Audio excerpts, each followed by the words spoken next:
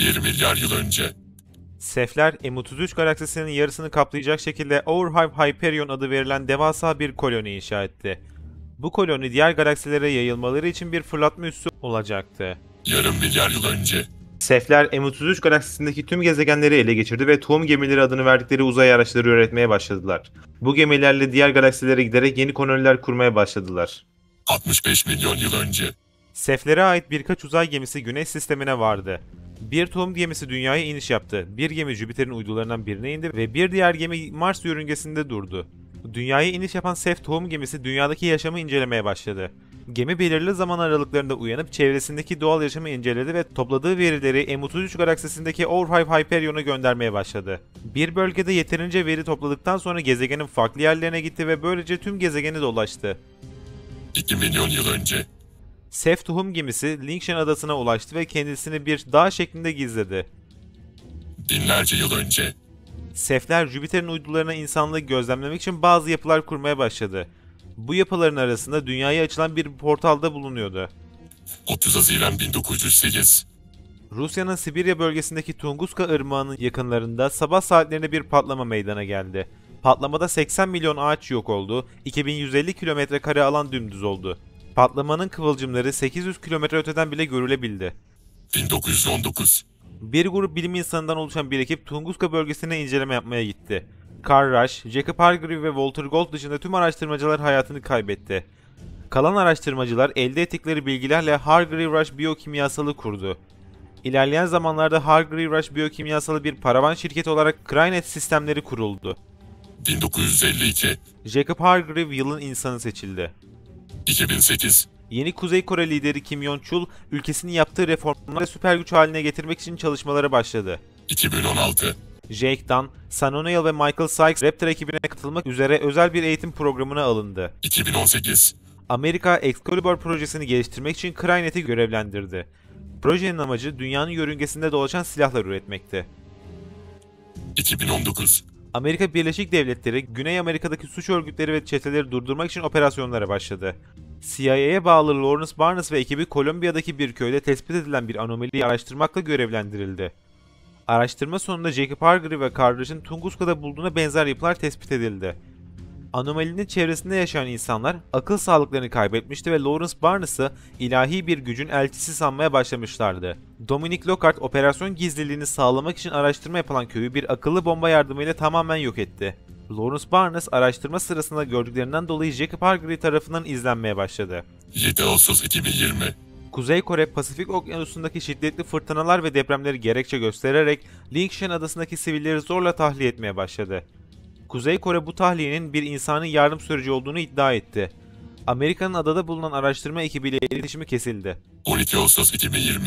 Amerika'nın araştırma ekibine ait bir gemi yardım çağrısı yolladı. 14 Ağustos 2020. Amerika, Kuzey Kore'nin ele geçirdiği Lingshan adasını kontrol altına almak ve araştırma ekibini kurtarmak için gizli bir operasyon başlattı. Operasyona 5 nano giysili askerden oluşan Raptor ekibi öncülük ediyordu. İlk başta basit bir rehine kurtarma operasyonu olarak başlayan harekat, dünyanın kaderini sonsuza kadar değiştirecekti. 14 Ağustos sabahı Raptor ekibi bir uçaktan paraşütlerle atlayarak Lingshan adasına iniş yaptı. İniş sırasında Teğmen Jake Dunn, yani Nomad bilinmeyen bir nesne tarafından vuruldu. Bu sırada paraşütünü kaybeden Nomad adaya sert bir iniş yaptı. Nano giysinin hasarı absorbe etmesi sayesinde hayatta kalabilmişti. Kaza sırasında oluşan kargaşadan dolayı tüm ekip adanın farklı yerlerine iniş yapmıştı. Sadece Psycho planlanan iniş bölgesine inebilmişti. İniş sonrası tekrar birbiriyle iletişim kurmaya çalışan Raptor ekibi Aztek'e ulaşamıyordu. Bir süre sonra Aztek telsiz hattına bağlanıp iniş yaparken bir nesnenin ona çarptığını ve şu an ağaçlara takıldığını, yardıma ihtiyacı olduğunu söyledi. Aztek'in konuma yakın olan Nomad ve Jester Aztek'e yardıma gittiler. Nomad ve Jester yardım için yoldayken Aztek'in korku dolu çığlıkları duyuldu. Olay yerine vardıklarındaysa Aztek'in paramparça olmuş bedenini buldular. İlk başta Kuzey Korelilerin saldırısı olduğu düşünülse de sonrasında olay yerine 4 tane ölü Kore askeri buldular ve bunu yapanın 3. bir taraf olduğunu düşünmeye başladılar. Aztek'in ölü bedenini Korelilerin nano giysi teknolojisini çalmaması için özel bir teknolojiyle tamamen buharlaştırdılar. Bütün bunlardan sonra Jester geride kalan ekipmanları kontrol ederken Nomad planlanan iniş bölgesine doğru harekete geçti. Koreliler Amerika'nın harekete geçtiğini fark etmişti. Bu yüzden sinyal bozucularını aktif etmişlerdi. Bu sayede adadaki Amerikan askerlerinin karargah ile iletişim kurmasını engellemişlerdi. Nomad ilk olarak sinyal bozucuyu devre dışı bıraktı. Sinyal bozucu devre dışı kalınca karargah ile tekrar bağlantı kuruldu ve adadaki bir Kore komuta üssünün yeri öğrenildi. Komuta üssünü basan Nomad adada olanlar hakkında bazı raporları ele geçirdi. Bu raporlar sonucunda Kore'nin adaya yaptığı operasyonun başına General Ri Chang-kyung'un olduğu öğrenildi. Raporlardaki veriler doğrultusunda yeni bir plan belirlendi ve bir buluşma noktası ayarlandı.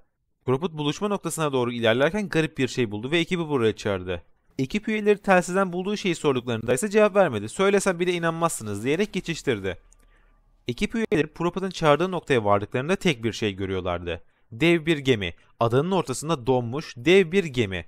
Hem de görünüşe göre tek parçaydı. Sanki birisi onu buraya bırakmıştı. Etrafı kurcalayan Psycho bir topografik harita buldu. Harita üzerine bir bölge işaretliydi. Propot haritada işaretli yeri görür görmez buranın kayıp araştırma ekibinin olduğu yer olduğunu ve buraya gitmeleri gerektiğini söyledi. Psycho nasıl bu kadar emin olduğunu sorduğunda ise emin olmadığını, sadece ellerindeki tek verinin bu olduğunu söyledi. Psycho Propot'un bir şey bildiğini ama onları söylemediğini düşünüyordu. Propot'un üstüne giderek Propot'un bildiklerini öğrenmeye çalıştı ancak Propot herkese bilgi verildiğini söylemekten başka bir şey söylemiyordu. Başlayan tartışma değişik, daha önce duymadıkları bir sesin yaklaşmasıyla durakladı. Asker olmanın verdiği reflekslerle silahlarını çekip dikkatlice etrafa bakmaya başlayan ekip, önünde durdukları devasa geminin daha önce hiçbir insanın görmediği devasa bir canlı tarafından parçalanıp Jester'ı kaçırmasıyla bir kovalamaca sürecine başladı. Bir süre kovalamanın ardından Jester'ın ölü bedenini kayalıklarda parçalanmış bir halde buldular. Hızlıca yaşadıkları şoku atlattıktan sonra Jester'ın bedenini de nano giysi teknolojisi Korelerin eline geçmesin diye buharlaştırdılar. İleride bir Kore karargahı olduğunu fark eden ekip karargaha doğru ilerledi. Karargahta yaşayan tek bir canlı bile kalmamıştı. Tüm Kore askerleri öldürülmüştü. Propot karargahtaki bilgisayarı kurcalamaya başladı. Kore veri sistemine göre bulundukları yere yakın bir köyde bir rehine tutuluyordu. Propot ve Psycho Kore karargahında iletişim sistemlerini düzenlerken Nomad köye gidip keşif yapacaktı. Nomad köye doğru ilerlerken bir Kore karargahı daha buldu. Bu karargahtaki sisteme bağlanıp rehinenin tam koordinatını öğrendi.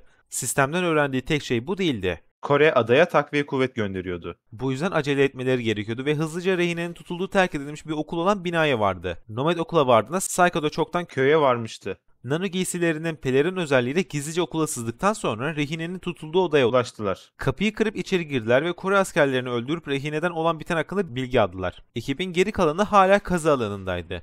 Araştırma ekibi kazı yaptıkları alanda antik bir heykel sandıkları bir nesne bulmuştu. Heykel sandıkları sinyaller yaymaya başlamıştı ve sinyaller adadaki bir dağa gidiyordu.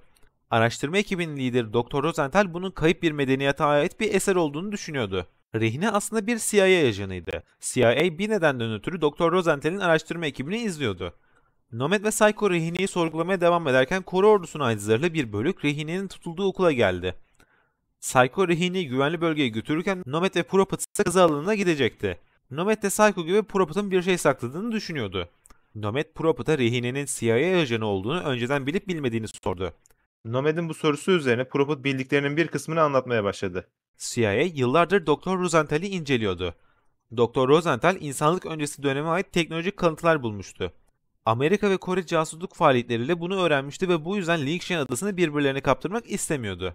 Propot ve Nomad kazı sahasına ilerlerken nano giysilerinde tuhaf şeyler olmaya başladı. Giysiler donuyor ve elektrik benzeri bir şey yayıyordu. Bu sırada daha önce Jester'ı kaçırırken gördükleri o canlıyı tekrar gördüler. Dr. Rosenthal haklıydı. Buldukları şey insanlık öncesinde dünyada olan bir medeniyete aitti ve çalışmalar onları uyandırmıştı. İnsanlık ilerleyen yıllarda bu canlılara Sef izcisi diyecekti. Sef izcisi Propot'u alıp kaçırdı. Nomad her ne kadar Sef izcisini kovalasa da yetişemedi. Propot'un nano giysisinden sinyal kaybedilince Lingshan harekatını yöneten binbaşı Clarence Strickland Nomad ile iletişime geçti. Nomad binbaşıya Aztek ve Jester'ın öldüğünü, Propot'un ise kaçırıldığını anlattı. Binbaşı Strickland bir hava aracı yardımıyla Nomad'i adadan çıkarmayı teklif etti ancak Nomad adadan ayrılmak istemediğini söyledi ve kazı alanına doğru ilerlemeye başladı. Nomad kazı alanına ilerlerken Amerika USS Constitution uçak gemisini Lingshan adasına getirerek adaya bir çıkarma yapmaya hazırlanıyordu. Nomad kazı alanına sızdığında Dr. Rosenthal fosilleşmişe benzeyen bir Sef izcisinin önünde Kore generali Ri Chang-kyung ile bir video konferans görüşmesi yapıyordu. Dr. Rosenthal Kuzey Kore adayı ele geçirdiğinden beri General Kyung'un gözetiminde çalışıyordu. Kuzey Kore bulunan şeyin antik bir güç kaynağı olduğunu düşünüyordu ve makine olduğunu düşündükleri yapıyı çalıştırmak istiyordu. Dr. Rosenthal her ne kadar bunun yapılmaması gerektiğini konusunda General Kyung'u uyarsa da başarılı olamadı ve makineye güç verildi. Tam o sırada Kyung'un makine sandığı fosil mikrodalga sinyalleri yaymaya başladı ve Kyung'la kurulan bağlantı koptu. Fosilin yaydığı sinyaller Nomed'in nano giysisini de etkilemişti ve giysinin pelerin modunu sağladığı görünmezlik devre dışı kalmıştı. Doktor Rosenthal birden karşısında beliren adamdan korksa da Nomed hızlıca kendisini tanıttı. Doktor Rosenthal yaptıklarından pişmandı. Kızı Helena Rosenthal'i General Kyong kaçırmıştı. O sırada fosilden ışıklar yayılmaya başladı ve bir patlama oldu. Patlama sonrasında tüm alan tamamen donmuştu. Doktor o anda donarak ölmüştü. Nomad nano giysi sayesinde hayatta kalabilmişti. Etrafa biraz baktıktan sonra olanları binbaşı Strickland'a bildirdi. Strickland adaya tüm Amerikan ordusunu kullanarak bir saldırı yapmayı planlıyordu. Bunun için tüm nano giysili askerleri bir arada toplamak istiyordu. Nomad'e bir uçak yolladı. Uçak tam iniş yapacakken Nomad'in etrafı sarıldı. Uçağın inebilmesi için Nomad'in etrafını temizlemesi gerekiyordu. Ancak bu düşmanlar normalden farklıydı. Kore ordusu da nano giysiler üretmişti. Nano giysi programı yüksek gizlilikle ilerletilmişti ancak Kore'de de nano giysi olduğuna göre proje bir şekilde çalınmış olmalıydı. Nomad bunu bildirdikten sonra Strickland'ın yolladığı Vitol'e bindi. Bütün bunlar olurken Prophet sefizcisi tarafından kaçırılmıştı. İlk başta onu hemen öldüreceğini düşünse de sefizcisi onu inceliyor gibi görünüyordu. Fırsat bulduğunda onu giysisinin yanında olan bıçakla yaraladı ve sefizcisi onu fırlatıp ortadan kayboldu. Prophet ise şimdi mağaramsı bir yapının içerisindeydi. Mağaranın içinde sarmaşığa benzer ama oldukça fazla hareket eden yapılar vardı. Sarmaşıkların hareketinde mağara sallanıyordu ve Prophet sarmaşıkların ona saldıracağını seziyordu. Sarmaşıkların olmadığı bir yer aramak için ilerlemeye başladı. Mağarada bir süre ilerledikten sonra Paz adındaki bir Kore askeriyle karşılaştı. İlk başta ikisi de birbirlerini tehdit olarak algılasalar da mağaradan çıkmak için birlikte hareket etmeleri gerekiyordu. Bunun üzerine biraz sohbete başladılar ve ikisi de başından geçenleri anlattı. Paz buraya bir nano giysili ekiple gelmişti. Kore'de kendi nano giysisini üretmişti ancak askerler Lingshen'e geldiğinden beri bazı sorunlar yaşıyordu. Kore'nin nano giysili askerleri sürekli şu an içinde bulundukları mağaranın hayalini görüyorlardı ve bu yüzden buraya gelmişlerdi. Prophet'a onlar rüyalarında burayı görüp görmediğini sordu. Prophet hiç böyle bir şey görmemişti. Paz, Prophet'ın nano giysisinin kendi nano giysileriyle aynı olduğunu, Amerika'nın Kore'den çalıp çalmadığını sordu. Prophet da Kore'nin Amerika'dan nano giysi teknolojisini çaldığını düşünüyordu. Tartışmayı uzatmadılar. Daha önemli konuları vardı. Buradan çıkmaları gerekiyordu ve bu yüzden mağarada ilerlemeye başladılar. İlerlerken Prophet'ın sarmaşıklar konusundaki sezgisi gerçekleşti ve sarmaşıklar Prophet ve Paz'a saldırmaya başladı. Bir süre kaçsalar da gittikleri yol çıkmaz sokaktı. Yolun sonunda geçit gibi bir şey vardı ama içinden geçince ne olacağını ikisi de bilmiyordu. Bu sırada sarmaşıklar Paz'ı yakaladı. Prophet her ne kadar sarmaşıkları ateş etse de sarmaşıkları yok edemiyordu. Bunu gören Paz en azından Prophet'ı kurtarmak için cebindeki el bombasının pimini çekti ve kendisini Prophet için feda etti. Prophet patlamanın etkisiyle savruldu ve geçitin içine girdi. 15 Ağustos 2020. Amerikan ordusu yeni günün ilk saatlerinde Lingshen'e büyük çapta bir saldırı başlattı. Denizden ve havadan saldırılar başlamıştı. Ancak Koreliler bunu öngörerek limanlara uçak savarlar yerleştirmişti. Nomad uçak savarları yok ederek Amerika'nın hava saldırısının başlamasını sağladı. Vitol araçlarla taşınan tanklar adanın iç kesimlerine doğru bırakıldı. Tanklarla birlikte adaya gelen binbaşı Clarence Strickland sadece 2 aktif üyesi kalan Raptor ekibini bölmeye karar verdi. Nomad binbaşı Strickland'ın tanklarıyla birlikte Doktor Rosenthal'in kızı Helena Rosenthal'in tutulduğu maden istasyonuna doğru ilerlerken Psycho bir diğer nano giysi ekibi olan Kartal ekibiyle birlikte adanın diğer tarafındaki Amerikan ordusuna yardım edecekti. Binbaşı Strickland ve tankları ilerlerken ada sallanmaya başladı. Önlerindeki dağ yerli bir oluyordu. Sarsıntılar bittiğinde önlerindeki yol ikiye ayrılmıştı. Nomad'in yalnız hareket etmesi gerekiyordu ve böyle de oldu. Nomad gizlice madene sızmayı denedi ancak Kore ordusunun nano giysili askerleri tarafından yakalanıp General Kyong'a götürüldü. Kyong, madende araştırma ekibinin bulduğu devasa yapının başından ayrılmıyordu.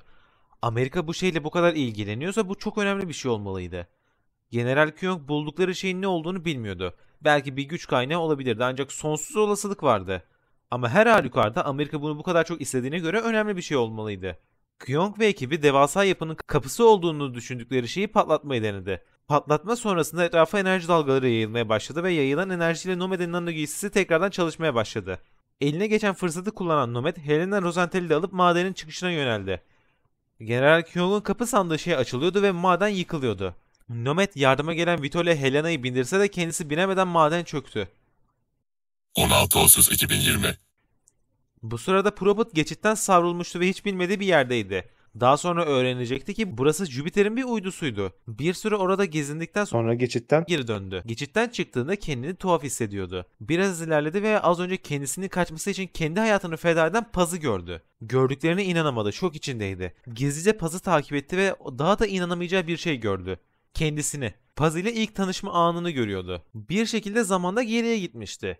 Onun gördüğü Paz ve Proput kendisinin yaşadıklarını yaşadı. Paz öldü, Proput ise bir geçitten geçti. Ne yapacağını bilemeyen Proput mağaradan çıkış yolunu aramaya başladı. Giysisi sarmaşıklardan dolayı hasar gördüğünden çok hızlı hareket edemiyordu. Tüm bunlar yaşanırken Psycho'nun içinde olduğu Vitol Koreliler tarafından vuruldu. Komutan Emerson Psycho'nun durumunu öğrenmek ve yeni planı açıklamak için Psycho ile iletişime geçti. Psycho'nun artık yola yayı olarak devam Etmesi. gerekiyordu. Yakınlarda Kore'ye ait bir kamp vardı. Psycho'nun bu kamptan veri aşırması gerekiyordu. Psycho'nun kamptan aldığı verilere göre savunma harekatını Albay Lee adındaki bir Kore askeri yönetiyordu. Psycho aldığı emirler doğrultusunda ilerlerken eski arkadaşı Sen O'Neill'ın kullandığı F-35 vuruldu. Psycho emirlere karşı gelerek O'Neill'ı kurtarmaya gitti. O'Neill'ı Korelilerin saldırısından kurtardıktan sonra buldukları bir zırhlıyla Amerikan ordusunun pusuya düştüğü bir yeri tahliye etmek için yardıma gittiler. O'Neill şu an Raptor ekibinin içinde olmasa da Raptor ekibinin eğitiminde yer almıştı. Eğitim sırasında yaşanan bir kazadan dolayı Raptor ekibinden atılmış ve yerine Teğmen Jake'dan yani Nomad alınmıştı. Psycho O'Neill'a Raptor ekibinin başına gelenleri anlattı. Tahliye noktasına vardıklarında O'Neill pilotu rahatsızlanan bir Vitol'ü aldı ve Psycho'ya hava desteği sağlamaya başladı. Kuzey Kore adaya nükleer savaş başlıkları getiriyordu.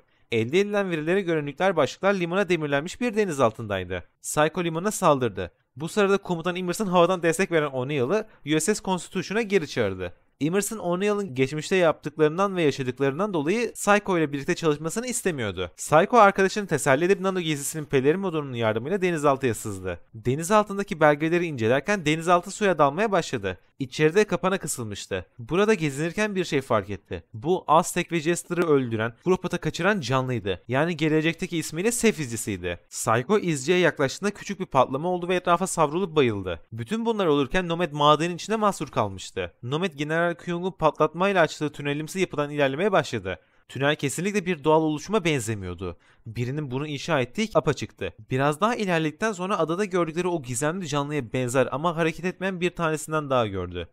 İlerledikçe yer çekimi azaldı ve en sonunda tamamen havada süzülmeye başladı. İlerledikçe adada arkadaşlarını kaçıran canlı dışında daha önce gördüğü hiçbir şeye benzemeyen canlılar gördü. Kimisi çok daha küçükken kimisi çok daha büyüktü. Tünelde biraz daha ilerledikten sonra bir kapı açılmaya başladı. Tam buradan çıkacakken kapının kendisi için açılmadığını anladı.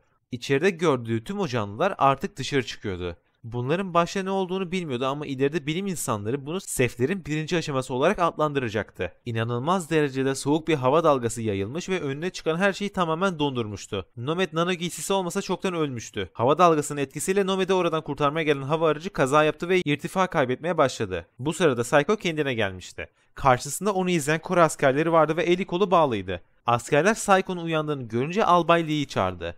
Gemi çoktan bir limana varmıştı ve içindeki yük limana taşınıyordu. Albay Lee, Psycho'nun uyandığını öğrenince nakliyatı izlemeyi bırakıp Psycho'nun yanına gitti ve ona elektrik ile işkence yapmaya başladı. Nano giysiye elektrik verildiğinde deriye yapışıyordu ve elektrik geri çekildiğinde giysi sahibinin derisi yüzülmeye başlıyordu. Psycho'ya biraz işkence yaptıktan sonra nakliyat sürecine devam etmeye gitti. Tam bu sırada Nomad'in yanında patlayan soğuk hava dalgası Psycho'nun bulunduğu yere ulaştı ve Psycho'nun çevresindeki tüm Kore askerleri o anda donarak öldü. Nano giysi olmasa Psycho da ölmüştü. Hemen oradan kaçıp Kartal ekibiyle buluşmaya gitti. Adanın her yeri donmuştu. Sefizcileri her yerdeydi. Sadece sefizcileri de değil. İleride sef avcısı olarak adlandırılacak devasa, dört ayaklı bir canlı daha vardı. Yavaştı ama önüne geleni yok ediyordu. Amerikan ordusu onu durduramıyordu. Sadece yavaşlatabiliyordu. Ne yapacağını bilmeyen Amerikan ordusu nano giysili askerlerine ulaşmaya çalışıyordu. Binbaşı Strickland, Nomad ile iletişime geçerek onun durumunu öğrendi ve adadaki tüm askerleri geri çekeceklerini söyledi. Nomad tahliye için ilerlemeye başladığı sırada Proput tünellerden çıkmanın bir yolunu bulmuştu. Etraf tamamen donmuştu. Her şey eksi 200 derecede şoklanmıştı. Nano giysisi olmayanların yaşamasına neredeyse imkan yoktu. Hem şanslıydı hem şanssızdı. Şanslıydı çünkü nano giysisi vardı ancak ağır hasar görmüştü ve donarak ölmek üzereydi. Bir ısı kaynağına ihtiyacı vardı. Robot ilerlerken bazı sesler duymaya başladı. Belki işe yarar bir şey bulma ümidiyle sese doğru gitti. Gördüğü şey Nomad'in sef izcileri tarafından saldırıya uğramasıydı. Mağarada bulduğu bir sef silahıyla Nomad'e saldıran izcileri püskürttü. Nomad Proput'un öldüğünü sanıyordu ancak bir şekilde kurtulmuştu. Nasıl kurtulduğunu merak ediyordu ancak şu an daha önemli bir konu vardı. Sef izcilerinden kaçmaları gerekiyordu. Bir yandan patlamış araçların ateşleriyle Proput'u ısıttılar, bir yandansa sef izcilerinden kaçtılar. Donmuş alanın sonuna yaklaştıklarında burada onları bekleyen bir devriye gördüler. Binbaşı Strickland, Nomad ve Proput'u adadan çıkarmak için bir ekip ayarlamıştı. Ekip onları donmuş kürenin dışına yakın bir noktada bekliyordu. Araçları atlayıp yola koyuldular. Sefizcileri halen kovalamaya devam ediyordu. Bir yandan sefizcileriyle savaşırken bir yandan da donmuş küreden uzaklaştılar. Küreden çıktıklarında bir uçağın yardım sinyallerini aldılar. Helena Rosenthal'i taşıyan uçak vurulmuştu ve pilot ölmüştü. Yardıma ihtiyaçları vardı. Nomad ve Prophet enkaza doğru yola çıktı. Prophet ve Nomad bunları yaşarken Psycho albaylığı ve yanında götürdüğü yükün yani Sef izcisinin peşindeydi. Kore ordusu bir şekilde bir Sef izcisi yakalamıştı ve izciyi Kore'ye götürüp incelemek istiyordu. Ölü Sef izcisi bir tren ile taşınıyordu. Psycho bu trene sızdı ve trenin varış noktasına ulaşana kadar beklemeye koyuldu. USS Constitution'a geri dönen O'Neill arama kurtarma ekibine katılıp bir arama kurtarma uçağıyla adaya geri döndü ve Psycho'ya havadan istihbarat vermeye başladı. Nomad ve Prophet enkaza ulaştığında etraf sefizcisiyle doluydu. Prophet düşen uçağın sıkışan kapısını açarken Nomad izcileri püskürttü. İzciler püskürtüldüğünde binbaşı Strickland bölgede kalan askerleri tahliye etmek için bir vitol yolladı ancak uçağın havalanabilmesi için birinin gelen Sef izcilerini oyalaması gerekiyordu. Nomad geride kalıp uçak havalanana kadar gelen izcileri püskürtüp yola yaya olarak devam edecekti. Kore ordusu albayliğinin ekibi dışında adayı çoktan terk etmişti. Kore ordusunun adadan kaçarken terk ettiği mühimmatları binbaşı Strickland ve ekibi Sef avcısını yavaşlatmak için kullanıyordu. Nomad binbaşı Strickland'ın savunma hattına geldiğinde Strickland son tahliye seferini hazırlıyordu. Bu son sefer olacaktı ve geride kalan askerler adada hayatını kaybedecekti. Nomad son uçağa bindi ve uçak tam kalkacakken binbaşı Strickland uçaktan indi. Nomad ve geride kalan askerlerin bulunduğu uçak havalanana kadar Sef avcısını oyalamak gerekiyordu ve bu görevi kendisi üstlenmişti. Uçak havalandıktan bir süre sonra binbaşı Clarence Strickland Sef avcısı tarafından öldürüldü. Tüm bunlar olurken Psycho ve O'Neill hala adanın diğer tarafında treni takip ediyordu. Komutan Emerson, Nomad'i adaya geri yollamak istiyordu. O'Neill'a güvenmiyordu ve Nomad'i O'Neill'ın yerine Psycho'ya destek olması için yollamak istiyordu. Ancak O'Neill Nomad'den neredeyse nefret ediyordu. Nomad olmasaydı şu an Nano giysiyi giyen kişilerden biri kendisi olacaktı. Aslında Nano giysi ekibinden atılması tamamen kendi hatasıydı ancak bunu kabullenemiyordu. Psycho'nun ısrarı sonucunda Emerson Nomad'i yollamaktan vazgeçti. Treni bir köprünün üstünde durdurdular. Şu an için yükü kaçırmak mümkün gözükmüyordu ve yükün Korelilerin eline geçmesini de istemiyorlardı. Bu yüzden köprüyle birlikte yükü havaya uçuracaklardı. Psycho tam köprüyü havaya uçurmak için gereken pimi çekecekken bir helikopter sesi duymaya başladı. Gelen Albay Lee'di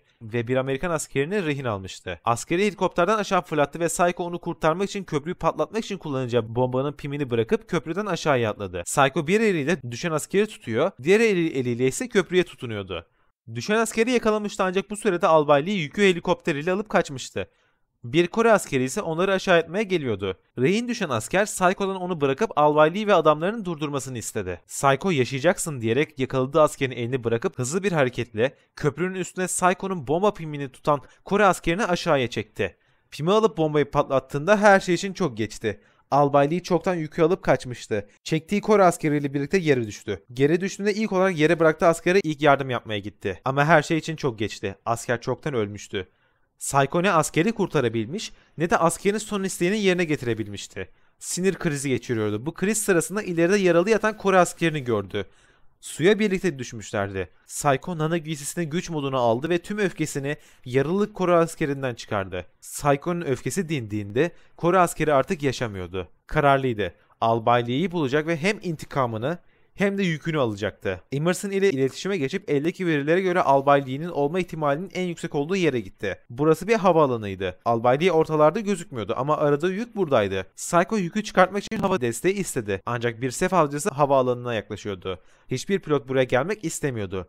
Zaten Amiral Morrison tüm hava araçlarına emir vermişti. Tüm hava araçları USS Constitution'a dönecekti. Çünkü amiral adaya nükleer saldırı yapmayı planlıyordu. Psycho tam umutlarını yitirirken O'Neill emirlere karşı gelerek Psycho'ya yardıma gitti. Havaalanının ortasına bir uçak düşmüştü. Bu uçak deneysel silahların bir kısmını taşıyordu. Uçağın enkazından kısa menzilli plazma akümülatörünü yani kısaca PAX'ı aldı. PAX'ı kullanılarak havaalanına yaklaşan Sef avcısını öldürdü ve yükün yanına doğru yola koyuldu. O'Neill'da taşıyacakları yükü uçağa bağlamak için aşağıya indi. Psycho ile yükün başında sohbet etmeye başladılar. O'Neill yükü incelerken Psycho bir şey fark etti ve Nano giysinin pelerin moduna geçti. O'Neill neler olduğunu sonradan anladı. Albay Lee geri gelmişti. Nano giysili Kore askerleriyle birlikte O'Neill'ın boşa bıraktığı uçağını ele geçirmişlerdi ve şimdi yükü alıp kaçacaklardı. Psycho gizlice uçağı ele geçiren Kore askerlerini öldürdü. Tam Albay Lee arkadaşı O'Neill'ı öldürecekken onu durdurdu. Hemen uçağa koşan O'Neill uçağı havalandırdı. Albay Lee de bir çeşit nano giysi giyiyordu ve onu yenmek kolay değildi. Psycho ve Albay Lee arasında bir dövüş başladı. Albay Lee'nin gizli bir silahı vardı. Psycho'ya işkence yapmak için kullandığı elektrik cihazı hala yanındaydı. Bu sayede Psycho'ya acı çektiriyordu. Ancak kavga sırasında Psycho elektrik cihazını ele geçirdi ve aynısını Albay Lee'ye uygulamaya başladı. Bir süre ona işkence yaptıktan sonra Albay Lee'yi uçaktan aşağıya fırlattı ve USS Constitution'a doğru yola çıktılar. Albay Lee uçaktan düşmesine rağmen ölmemişti. Nano giysisi onu hayatta tutmuştu. Ancak bu uzun sürmeyecekti. Çünkü yeni bir sef avcısı havaalanına gelmişti. Fazla sürmeden Albay Lee sef avcısı tarafından öldürüldü. Psycho ve O'Neill uçak gemisine doğru ilerlerken Nomad'in bulunduğu uçak vuruldu. Motorlardan biri düzgün çalışmıyordu ve pilot ölmüştü. Hemen pilot koltuğuna geçerek uçağı uçurmaya başladı. Yedek motorlardan biri hasar görmüştü ama Uçuşa engel bir sorun yoktu. 17 Ağustos 2020. yeni günün ilk saatlerinde Nomad uçağı USS Constitution'a indirdi ve onu orada Helen'a karşıladı. Psycho ve O'Neill yükü yani sef izcisini getirmişti. Helena'nın teorisine göre sef izcileri etraftaki enerji kaynaklarından enerji çekiyordu ki bu konuda haklıydı. Amiral Morrison, Nomad'i ve Psycho'yu görmek istiyordu. Psycho bu yüzden güvertede Nomad'i bekliyordu. Amiralin yanına giderken biraz Prophet hakkında konuştular. Psycho Prophet'la konuşmuştu ve Prophet adaya geri dönmek istiyordu. Psycho Prophet'ın çıldırdığını düşünüyordu. Amiral Morrison ve Pentagon nükleer saldırı yapmak üzereydi. Beyaz Saray'dan gelecek izni bekliyorlardı sadece. Helena Rosenthal ise bu karara karşı çıkıyordu. Ancak amiral kararlıydı. NASA'nın elde ettiği verilere göre son bir haftadır adadan uzaya sinyaller gönderiliyordu. Bu sinyaller M33 galaksisine gönderiliyordu. Orada ne olduğunu ise o zamanlar kimse bilmiyordu. Amiral Morrison kendisine karşı çıkan biri asker, diğeri arkeolog olan iki kişiyi odasından kovdu. Helena Nomad'in nano giysisindeki verileri incelemek istiyordu. Bu yüzden cephanelikteki nano giysi kızağına gittiler. Birkaç bilim insanı Prophet'ın nano giysisini tamir ediyordu. Bilim insanları Prophet'ın getirdiği veriler karşısında büyüleniyordu. Ama en çok sef silahı onları büyülüyordu. Prophet'ın bu kadar kısa sürede o silahı nasıl nano giysiye uyarladığını merak ediyorlardı. Ancak Prophet nasıl yaptığını söylemiyordu. Tek söylediği hidro iticilere fazladan güç sağlanmasıydı. Bu iticiler yerçekimsiz ortamda hareket kabiliyetini arttırıyordu. Prophet kızaktan kalkınca Nomad kızağa oturdu. Helena Nomad'e test yaparken Psycho Prophet'ı durdurmaya çalışıyordu. Prophet adaya geri dönüyordu. Psycho nükleer saldırı olacağını söylese de Prophet vazgeçmiyordu. Nükleer saldırının sadece yüzeyde etkili olacağını söylüyordu. Helena seflerin çevresindeki enerji kaynaklarına enerji çektiğini düşünüyordu. Nano giyside yapacakları birkaç değişiklik ile sefleri yüksek enerjiyle şarj edip devre dışı bırakmayı planlıyorlardı. Gereken düzenlemeyi yaptıktan sonra Amiral Morrison onları çağırdı. Odaya girdiklerinde Amiral Prophet'a bağırıyordu. Prophet uçak gemisinden bir vitol çalmıştı ve adaya doğru ilerliyordu. Amiral ne dediyse de Prophet'ı ikna edemedi. Birazdan nükleer saldırı başlayacaktı ancak Prophet adaya gidiyordu. Nomad Prophet adadayken nükleer saldırı yapılmamasını istese de saldırıyı durduracak bir yetkisi yoktu. Bir süre sonra geri sayım başladı. Geminin köprü üstünden patlamayı izlediler. Patlamadan oluşan duman dağıldığında küre olduğu yerde duruyordu. Hatta genişlemeye başlamıştı. Çevreden enerji toplayarak System X Alpha Sef adındaki bir sistemi şarj ediyorlardı. Adadaki enerji kaynakları sınırlı olduğundan bu süreç yavaş ilerliyordu ancak nükleer patlamada saçılan güç sayesinde System X Alpha Sef gereken enerjiyi topladı. Ve bu sayede Seflerin kolonizasyon sürecinin birinci aşaması sona erdi. Adadaki tüm birinci aşama sefleri USS Constitution'a saldırıyordu. Gemi batmadan önce onları durdurmaları gerekiyordu. Gemide deneysel bazı silahlar vardı. Nükleer itici güçlü mermi atan bir silah vardı. Buna tak topu diyorlardı. Henüz test aşamasındaydı. İşler yoluna gitmezse kullanılmak için getirilmişti ve şimdi tam zamanıydı. Nomad güverteye vardığında Amiral Morrison bir sef izcisiyle savaşıyordu. gemideki personel hava araçlarıyla tahliye ediliyordu. Ancak Amiral burada kalmakta kararlıydı ve bu kararlılığı onun ölüm nedeni oldu. Bir sef izcisi tarafından öldürüldü. Geri kalan herkes kaçıyordu. Psycho ve Helena da bir uçağa binmişti. Uçağı havalandırmışlardı ancak Nomad'i almak için bekliyorlardı. Fakat iniş alanı seflerle doluydu. Nomad'in önce orayı temizlemesi gerekiyordu. Güvertede onlarca sef izcisi ve bir tane sef avcısı vardı. Nomad Helena'nın nano giysiye yaptığı eklentiyi Ve tak topunu kullanarak sef avcısını öldürdü. Vitol tam iniş yapacakken çok daha büyük bir şey ortaya çıktı. Bu seflerin bir çeşit uzay gemisiydi. O oradayken Vitol iniş yapamazdı.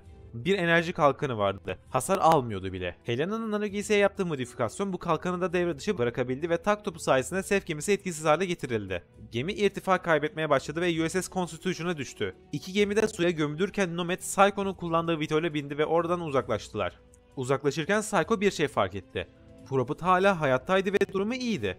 Onu kurtarmak için adaya geri dönmeye karar verdiler. Onlar adaya geri dönerken Prophet bir ateş yakmış ve ateşin başında Hargreave ile tanıştığından beri başına gelenleri düşünüyordu. İlk başta bunların olacağını hiç düşünmemişti. Ama Hargreave haklı çıkmıştı. Geçmişi düşünmekle meşgulken telsizden Psycho'nun sesini duydu. Psycho onu adadan çıkarmak için geliyordu ve yalnız da değildi. Nomad ve Helena da onunla birlikteydi. Yaklaşık 10 dakika içinde adada olacaklardı. Propot, Vitol'ün adaya varmasını beklerken etrafta bazı sesler duymaya başladı. Sefler tekrar saldırıya geçiyordu. Ancak bu sefler daha önce gördüklerine benzemiyordu. Bu, seflerin ikinci aşamasının başlangıcıydı. Birinci aşama seflerinin amacı keşif yapmak ve enerji toplamaktı. Maddesel ortamdan çekebildikleri tüm enerjiyi çekiyorlardı. Enerjisi kalmayınca da madde donuyordu. Seflerin etrafı buz küresini çevirmesinin nedeni buydu. Aslında buz topuna dönüştürmek bir amaç değil, araçtı. Topladıkları enerjiyi Alpha Sef'i uyandırmak için harcıyorlardı. Adaya atılan nükleer bombayla gereken enerji toplandı ve ikinci aşamaya geçildi. İkinci aşama seflerinin amacı bulundukları ortamı kolonize etmekti. Bu sefler bulundukları gezegenin koşullarına kolayca adaptasyon sağlayabiliyordu. Propot'un karşılaştığı sefler de dünyaya adaptasyon sağlamış ikinci aşama sefleriydi. Propot fazla zorlanmadan onları öldürdü. Hargreave adadan örnek toplamasını istemişti. Bunlardan toplayabilirdi. Biraz örnek aldıktan sonra geriye dönüp denize baktı. Onu almaya gelen Vitol'ü görebiliyordu. Onlara el sallarken Vitol adadan gelen bir füzeyle vuruldu ve yere çakıldı. Hemen Vitol düştüğü yere koşan Propot az önce savaştıklarına benzer ama çok daha büyük olan bir sef gördü. Vitol'ü o vurmuştu. içindekiler yaşıyordu ve enkazdan çıkıyordu. Tam bu sırada devasa sef bir füze daha yolladı. Hepsi farklı yöne savruldu. En çok hasarı Nomad almıştı. Diğerlerinin pek bir şey yoktu ama Nomad hareketsiz bir şekilde yerde yatıyordu ve cevap vermiyordu. Propot'un da yardımıyla Psycho ve Helena sefleri püskürttü ve hemen Nomad'ın yanına koştular. Nomad çok ağır yaralanmıştı. Ama Nano giysi sayesinde kısa sürede iyileşti. Nomad kendine geldikten sonra Psycho Propot'tan her şeyi anlatmasını istedi. Propot şimdi zamanı değil gibi cümlelerle geçiştirmeye çalışsa da Psycho inatçıydı. Kendine gelen Nomad de şimdi zamanı değil deyince istemeye de olsa kabul etti. İlerlemeleri gerekiyordu. Burada daha fazla kalamazlardı. Vitol uçamaz haldeydi. Bu yüzden adadan kaçamazlardı. Vitol'deki silah ve mühimmatı alıp ilerlemeye başladılar. İlerlerken Propot Psycho'nun ısrarı üzerine bazı şeyler anlatmaya başladı. Propot Hargreave adında bir adama çalışıyordu. Hargreave tarafından bir nevi orduya sızdırılmış bir ajandı. Geçmişini anlatmaya başladı. Bir zamanlar Kolombiya'daki bir gizli operasyondaydı. Amerika yasa dışı madde ticaretini durdurmak için ticaretin ana noktalarında operasyonlar yapıyordu. Bu operasyonların birinde bir çiftliği basmışlardı. Operasyonda CIA karşısına çıkan herkesi öldürmüştü. Buna siviller de dahildi. O zamanlar Lawrence Barnes Olarak anılan Propot bundan hoşlanmamıştı. Operasyon bitişinde sivillerin ölümünü gayet normal bir şeymiş gibi anlatan iki CIA ajanına saldırdı ve ikisini de hastanelik etti. Üstleri bundan hoşlanmamıştı. Panama'daki bir Amerika üssünde Amerika Ulusal Güvenlik Ajansı'ndaki bir üst yetkili olan Norman West tarafından sorguya alındı. aslında bu bir sorgu değildi. Sadece Lawrence Barnes'a gelecekte olanları anlatmaktı. Propot hapse girecekti. Ancak kendisinin bir suç işlediğini düşünmüyordu. Eğer hapse gireceksem en azından bunu hak edeyim diyerek onu sorgulayanı öldüresiye dövdü. Onu öldürmek istemişti ama başaramadan destek gelmişti. Tutuklanarak Leavenworth hapishanesine gönderildi. Orada bir süre kaldıktan sonra Hargreave onu buldu. Hargreave kendisine güvenecek, dediği her şeyi yapacak, kaybedecek hiçbir şeyi olmayan birini arıyordu. Propot'u bu amaçla kullanabilirdi. Bir adamını hapishaneye yolladı. Adam kendini avukat olarak tanıttı ve Lawrence Barnes'tan birkaç belge imzalamasını istedi. Lawrence Barnes belgeleri imzaladığında hapishaneden ayrılmaya hazırdı. Avukatın arabasıyla yola çıktılar. Ne olduğunu bilmiyordu ama birinin ondan bir şey isteyeceğini, bir iş için onu kullanacağını sezebiliyordu. Avukat ona sadece Hargreave'in ona her şeyi anlatacağını söylüyordu. Vardıklarında Hargreave ile buluşacağını sanıyordu ancak Hargreave sadece bir televizyon ekranından sesleniyordu. Hargreave fiziksel olarak orada olamadığı için özür dileyerek başladı konuşmaya. Şu anda Asya'daydı. Orada ortaya çıkan bir acil durumla ilgileniyordu. Acelesi olduğu için tanışma faslını uzatmadan konuya girdi. Görevden atılmasına rağmen Lawrence Barnes'a binbaşı olarak hitap ederek ona bir soru sordu. Dünya dışı varlıklara inanıyor musunuz? Bu soru aslında konuya giriş yapmak için seçilen bir soruydu. Hargreave dünyanın halihazırda oldukça sorunlu bir yer olduğunu söylüyordu. Açlık, susuzluk, savaşlar, mülteci krizleri gibi. Hargreave'e göre insanlar insanın en büyük düşmanıydı. Dünya dışı bir yaşamla savaşa hiç gerek yoktu. Ancak ne yazık ki onlar vardı ve birinin onları durdurması gerekiyordu. Hargreave'in amacı da buydu. Uzaylıları durdurmak. Tüm çalışmaları bunun içindi. Onlar bunu konuşurken içeriye 1919'da Jacob Hargreave ve kardeş ile Tunguska'da olan Walter Gould'un torunu Nathan Gould girdi. Nano dokumu hazırdı. Hargreave bunu bildirmek için gelmişti. Hargreave Nathan Gould'u Lawrence Barnes ile tanıştırdı. Nathan Gould, Lawrence Barnes'ı nano giysi programı için hazırlayacaktı. Bir laboratuvara gittiler. Nathan Gould orada nano giysi projesini, giysinin nasıl çalıştığını gibi detayları anlattı. Bu aşamadan sonrasını zaten Helena hariç hepsi biliyordu. Hepsi nano giysi programına katılırken bu aşamadan geçmişti. Psycho ve Helena Propot'un anlattıklarını anlayışla karşıladı. Ancak Nomad bunları pek hoş karşılamadı. O sadece özel bir şirketin ordunun içine sızdırdığı bir ajandı. Hargreave olmasa şu an hapishanede de çürüyor olacak kişi Hargreave'in özel çabaları sayesinde binbaşı olmuştu. Propot kendini savunmaya başladı. Dünya yakında istila altında olacaktı. Ancak insanlık buna hazır değildi. Ne Kore ne de Amerika ordusu onlara karşı hiçbir şey yapamamıştı. Amiral Morrison nükleer saldırı bile yapmıştı. Ancak hiçbir şey olmamıştı. Onlara karşı Savaşmak için farklı yöntemler bulmaları gerekiyordu ve Prophet'a göre Hargreave bu dünyada bunu yapabilecek tek kişiydi. Hargreave'e gözü kapalı güveniyordu. Nomad ise Hargreave hakkında şüpheliydi ve Prophet'ı bir hain olarak görüyordu. Bu tartışma devam ederken Prophet sonunda Hargreave'e ulaşmayı başardı. Hargreave uzun süredir Prophet'tan bilgi alamıyordu. Endişelenmeye başlamıştı. Lawrence Barnes'a bir şey olmasından endişelenmiyordu. Prophet'a bir şey olmasından endişeleniyordu. Hargreave Rush biyokimyasal sistemine birileri sızmıştı ve adaya inceleme yapmaya geliyordu. Sonradan öğreneceklerdi ki bu CIA'den başkası değildi. CIA hem Hargreave'in ne üzerine çalıştığını merak ediyordu hem de bir CIA yetkilisi olan Norman West Prophet'tan intikam almak istiyordu. Hargreave'in adanın diğer tarafına demirlenmiş bir kurtarma gemisi vardı. Gemi askeri amaçlarla yapılmamıştı. Eğer adanın diğer tarafına yani Prophet ve ekibinin yanına giderse muhtemelen Amerikan ordusu tarafından vurulurdu. Zaten Amerikan ordusunun takviye birimleri ve CIA adaya varmak üzereydi. Oraya doğru yola koyulmaları gerekiyordu ama gemiye yetişecek vakitleri yoktu. Öğlen olmadan gemiye varmak zorundalardı. Bir şekilde zaman kazanmaları gerekiyordu. Prophet'ın aklına mağarada mahsurken içinden geçtiği geçit geldi. Geçitte bir süre kalmıştı ve 1 saat önceye geri dönmüştü.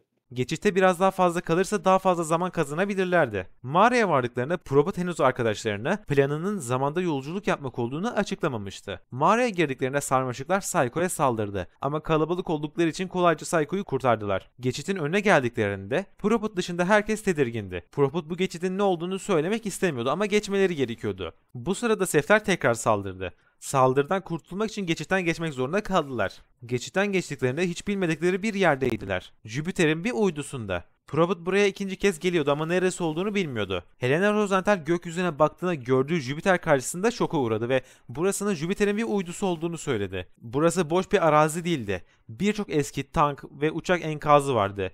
Muhtemelen hepsi 2. Dünya Savaşı'na aitti. Buraya nasıl geldiklerini kimse bilmiyordu. Bilinmeyen çok şey vardı. Mesela onları kovalayan Sefler geçitten geçmemişti. Bunun da nedenini bilmiyorlardı. Helena bilimsel olarak büyülenirken Nomad daha da sinirli hale geliyordu. Prophet hala her şeyi anlatmamıştı. Sef izcisi Aztek ve Jester'ı öldürmüştü. Ama Prophet'ı öldürmemişti. Hatta Prophet'a resmen bir silah vermişti.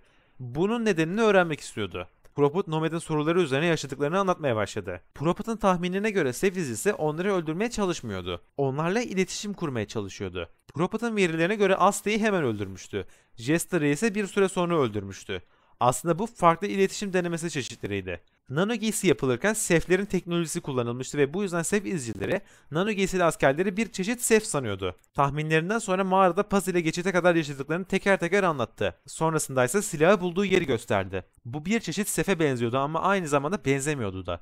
Ölü gibiydi. Silahı ondan almıştı. Prophet yeterli sürenin geçtiğini düşünüp tekrardan Geçitten geçmelerini istedi. Nomad hala Prophet'a güvenmiyordu. Portaldan önce onu geçmesini istedi. Sırayla portaldan geçtiler. Psycho Seflerin geçite pusu kurduğunu düşünerek hazırlıklı bir şekilde geçitten geçti. Ancak burası boştu. Kimse yoktu. Prophet Paz ile yaşadıklarını anlatmaya devam etti. Portaldan geçtikleri dünyada Bir süre durunca zamanda geriye gidiyordunuz. Portaldan ilk geçişinde geri geldiğinde zamanda 1 saat geriye geldiğini ve Paz'ın hala ölmediğini, hatta kendini bile gördüğünü anlattı. Kimse zamanda yolculuk olayına anlam verememişti. Zaten Prophet'ta olanları tam olarak anlamıyordu. Ancak bildiği bir şey vardı. 18 saat önceye geri gelmişlerdi. Amiral Morrison'ın nükleeri henüz adaya atılmamıştı bile. Prophet geçitten geçildiğinde bir süre boyunca nano giysilerin bozulduğunu ancak bir süre sonra kendi kendine onardığını anlattı. Biraz daha ilerlediklerinde varmaları gereken yere varmışlardı. Hargreave'in gemisi onları bekliyordu. Prophet telsiziyle gemiden kıyıya bir bot yollamasını istedi. Bot gelirken telsizinden birini aradı. Aradığı kişi kendisiydi. Biliyordu ki geçit yardımıyla geçmişe gittiğinde kendisinden 2 tane oluyordu. Zaman çizgisinin bozulmaması için o zaman çizgisinin orijinal Prophet'ının da adaya geri dönmesi gerekiyordu. Prophet da zaten bu yüzden adaya geri dönmüştü. Telsizinden biri onu aramıştı. Ve arayan kendisiydi. Prophet, onu arayan Prophet'ın ona söylediklerini şu an konuştuğu Prophet'a birebir söyledi. Ne olursa olsun adaya geri dönmesi gerekiyordu. Nükleer bomba hiçbir işe yaramayacaktı. Adaya geri dönünce ise Hargreave ile iletişim kuracaktı. Bunları yapması gerektiğini anlattı. Prophet'a anlatacakları bitince teknenin geldiğini gördü. Tekne hiç beklemedikleri bir şey yaptı. Onlara saldırmaya başladı. Nano giysisi olmayan Helena o anda hayatını kaybetti. Nano giysilileri ise EMP ile devre dışı bıraktılar. EMP nano giysileri bir süre devre dışı bırakıyordu. Nomad önceden ağır yaralı olduğu için Nomad'ı ayrıca da bayıltmıştı. Helena'nın cesedini orada bırakıp hareketsiz kalan nano giysilileri gemiye götürdüler. Hargreave yine haklı çıkmıştı. Hargreave Rush biyokimyasına gerçekten birileri sızmıştı. Ama Hargreave'in hesaba katamadığı şey birilerinin Lincoln adasına gönderdiği gemiye sızmış olma ihtimaliydi. Nomad'in ses çıkarmadığını görünce onda bir sağlık taraması başlattılar. CIA gördükleri karşısında şaşkındı. İçindeki ağır yaralıydı ama Giysi onu iyileştiriyordu. onları gemideki nano giysi kızaklarına götürdüler. Orada onları rehin tutacaklardı. Prophet'ın kaçmak için bir planı vardı. Bunun için sadece beklemeleri gerekiyordu. Albay Morrison'ın adaya attığı nükleer bu zaman çizgisinde henüz patlamamıştı. Nükleer patlama gerçekleştiği sırada olacak karmaşada kaçacaklardı. Bu yüzden sadece beklemeleri gerekiyordu. Onlar beklerken odaya Norman West girdi. Prophet yüzüne büyük bir yara izi bırakmıştı ve Norman West bunun intikamını almak istiyordu. Sırf bunun için Hargreave'in üstün güvenlik önlemli sistemlerine bile sızmıştı. Önce Psycho'ya sonra Nomad'e işkence yapmaya başladı. Prophet Nomad'in yaralı olduğunun farkındaydı. Norman West'e işkenceyi durdurup tıbbi destek sağlaması karşılığında Hargreave'in gizli karargahının yerini söylemeyi teklif etti. Norman teklifi kabul etti ve Nomad'e yardım getirmek için odadan ayrıldı. Zaman yaklaşıyordu. Albay Morrison'ın attığı nükleer patladı. Oluşan kargaşada kaçmaya başladılar. Kaçarlarken onları durdurmaya çalışan bir CIA personeli bir roket ateşledi ve roket onlara doğru yola çıktı. Bunu gören Nomad roketin önüne atladı ve diğerlerini kurtardı. Gemide onlara saldıran herkesi öldürdüklerinde Nomad yerde yatıyordu. Hareketsiz bedeni gördüklerinde hiç umut olmadığını düşünerek cesedini adada bırakıp oradan ayrıldılar. Hargreave'in yanına gideceklerdi. Onlara bir tek Hargreave yardım edebilirdi. 2020'nin ilerleyen zamanlarında Prophet adada olanları Hargreave'e anlattı. Hargreave, Prophet'ın anlattıkları ve getirdikleri sayesinde nano giysi 2.0'ı geliştirmeye başladı. Lingshan'da olanların dünyadan saklanması için Lingshan çevresindeki sular Tüm deniz ve hava trafiğine kapatıldı. Prophet, Hargreave'in yardımıyla seflerin dünya üzerindeki yapılarını tespit etmeye başladı. Sefler dünyanın her yerine üs kurmuştu. Ve bu üsler New York'taki bir ana gemiye bağlıydı. Tara Strickland, babası binbaşı Clarence Strickland'ın ölümü üzerine Amerikan Deniz Kuvvetleri'nden ayrılıp Hargreave Rush Biyokimyasalın hayvan şirketi olan Cranet'in askeri kolu SEAL'e katıldı. 2021 Amerikan ordusu SEAL komutanı Dominic Lockhart'ın baskıları üzerine nano giysi programından çekildi. Ordunun programdan çekilmesine rağmen Pentagon nano giysi araştırmaları için Cranet'e ekonomik destek vermeye devam etti. Cranet, Amerikan ordusu için dünyanın yörüngesinde gezen silahlar geliştirilmesi amaçlanan Excalibur projesini durdurdu. Cranet, baş melek uydusunu uzaya gönderdi. Şubat 2023 Mars yörüngesinde hareket eden bir SEF uzay gemisi tespit edildi. Mayıs 2023 Garip hava olayları ve sismik aktiviteler, New York ve çevresi başta olmak üzere tüm dünyayı etkilemeye başladı. 18 Temmuz 2023 Jacob Hargreave, Prophet Addiction adasında Raptor ekibine olacakları önceden bildiğini itiraf etti. Bunun üzerine Prophet sinirlenerek Hargreave ile olan tüm iletişimini kesti. SEF araştırmalarına Nathan Gold ile devam etmeye başladı. 19 Ağustos 2023 Yerden çıkan cisimlerin yaydığı virüslerle Manhattan salgını başladı. Salgından etkilenenlerin dokuları ve kemikleri sıvıya dönüşmeye başladı. 20 Ağustos 2023 SEF'ler New York'u işgal etmeye başladı. 21 Ağustos 2023 Albay Sherman Barkley ve emrindeki askerler Manhattan bölgesinin güvenliğini sağlamak ve gerekirse tahliye etmek için görevlendirildi. Ancak Barkley başarısız olunca komutan Lockhart ve emrindeki SEAL askerleri sıkı yönetim ilan ederek kontrolü ele geçirdi.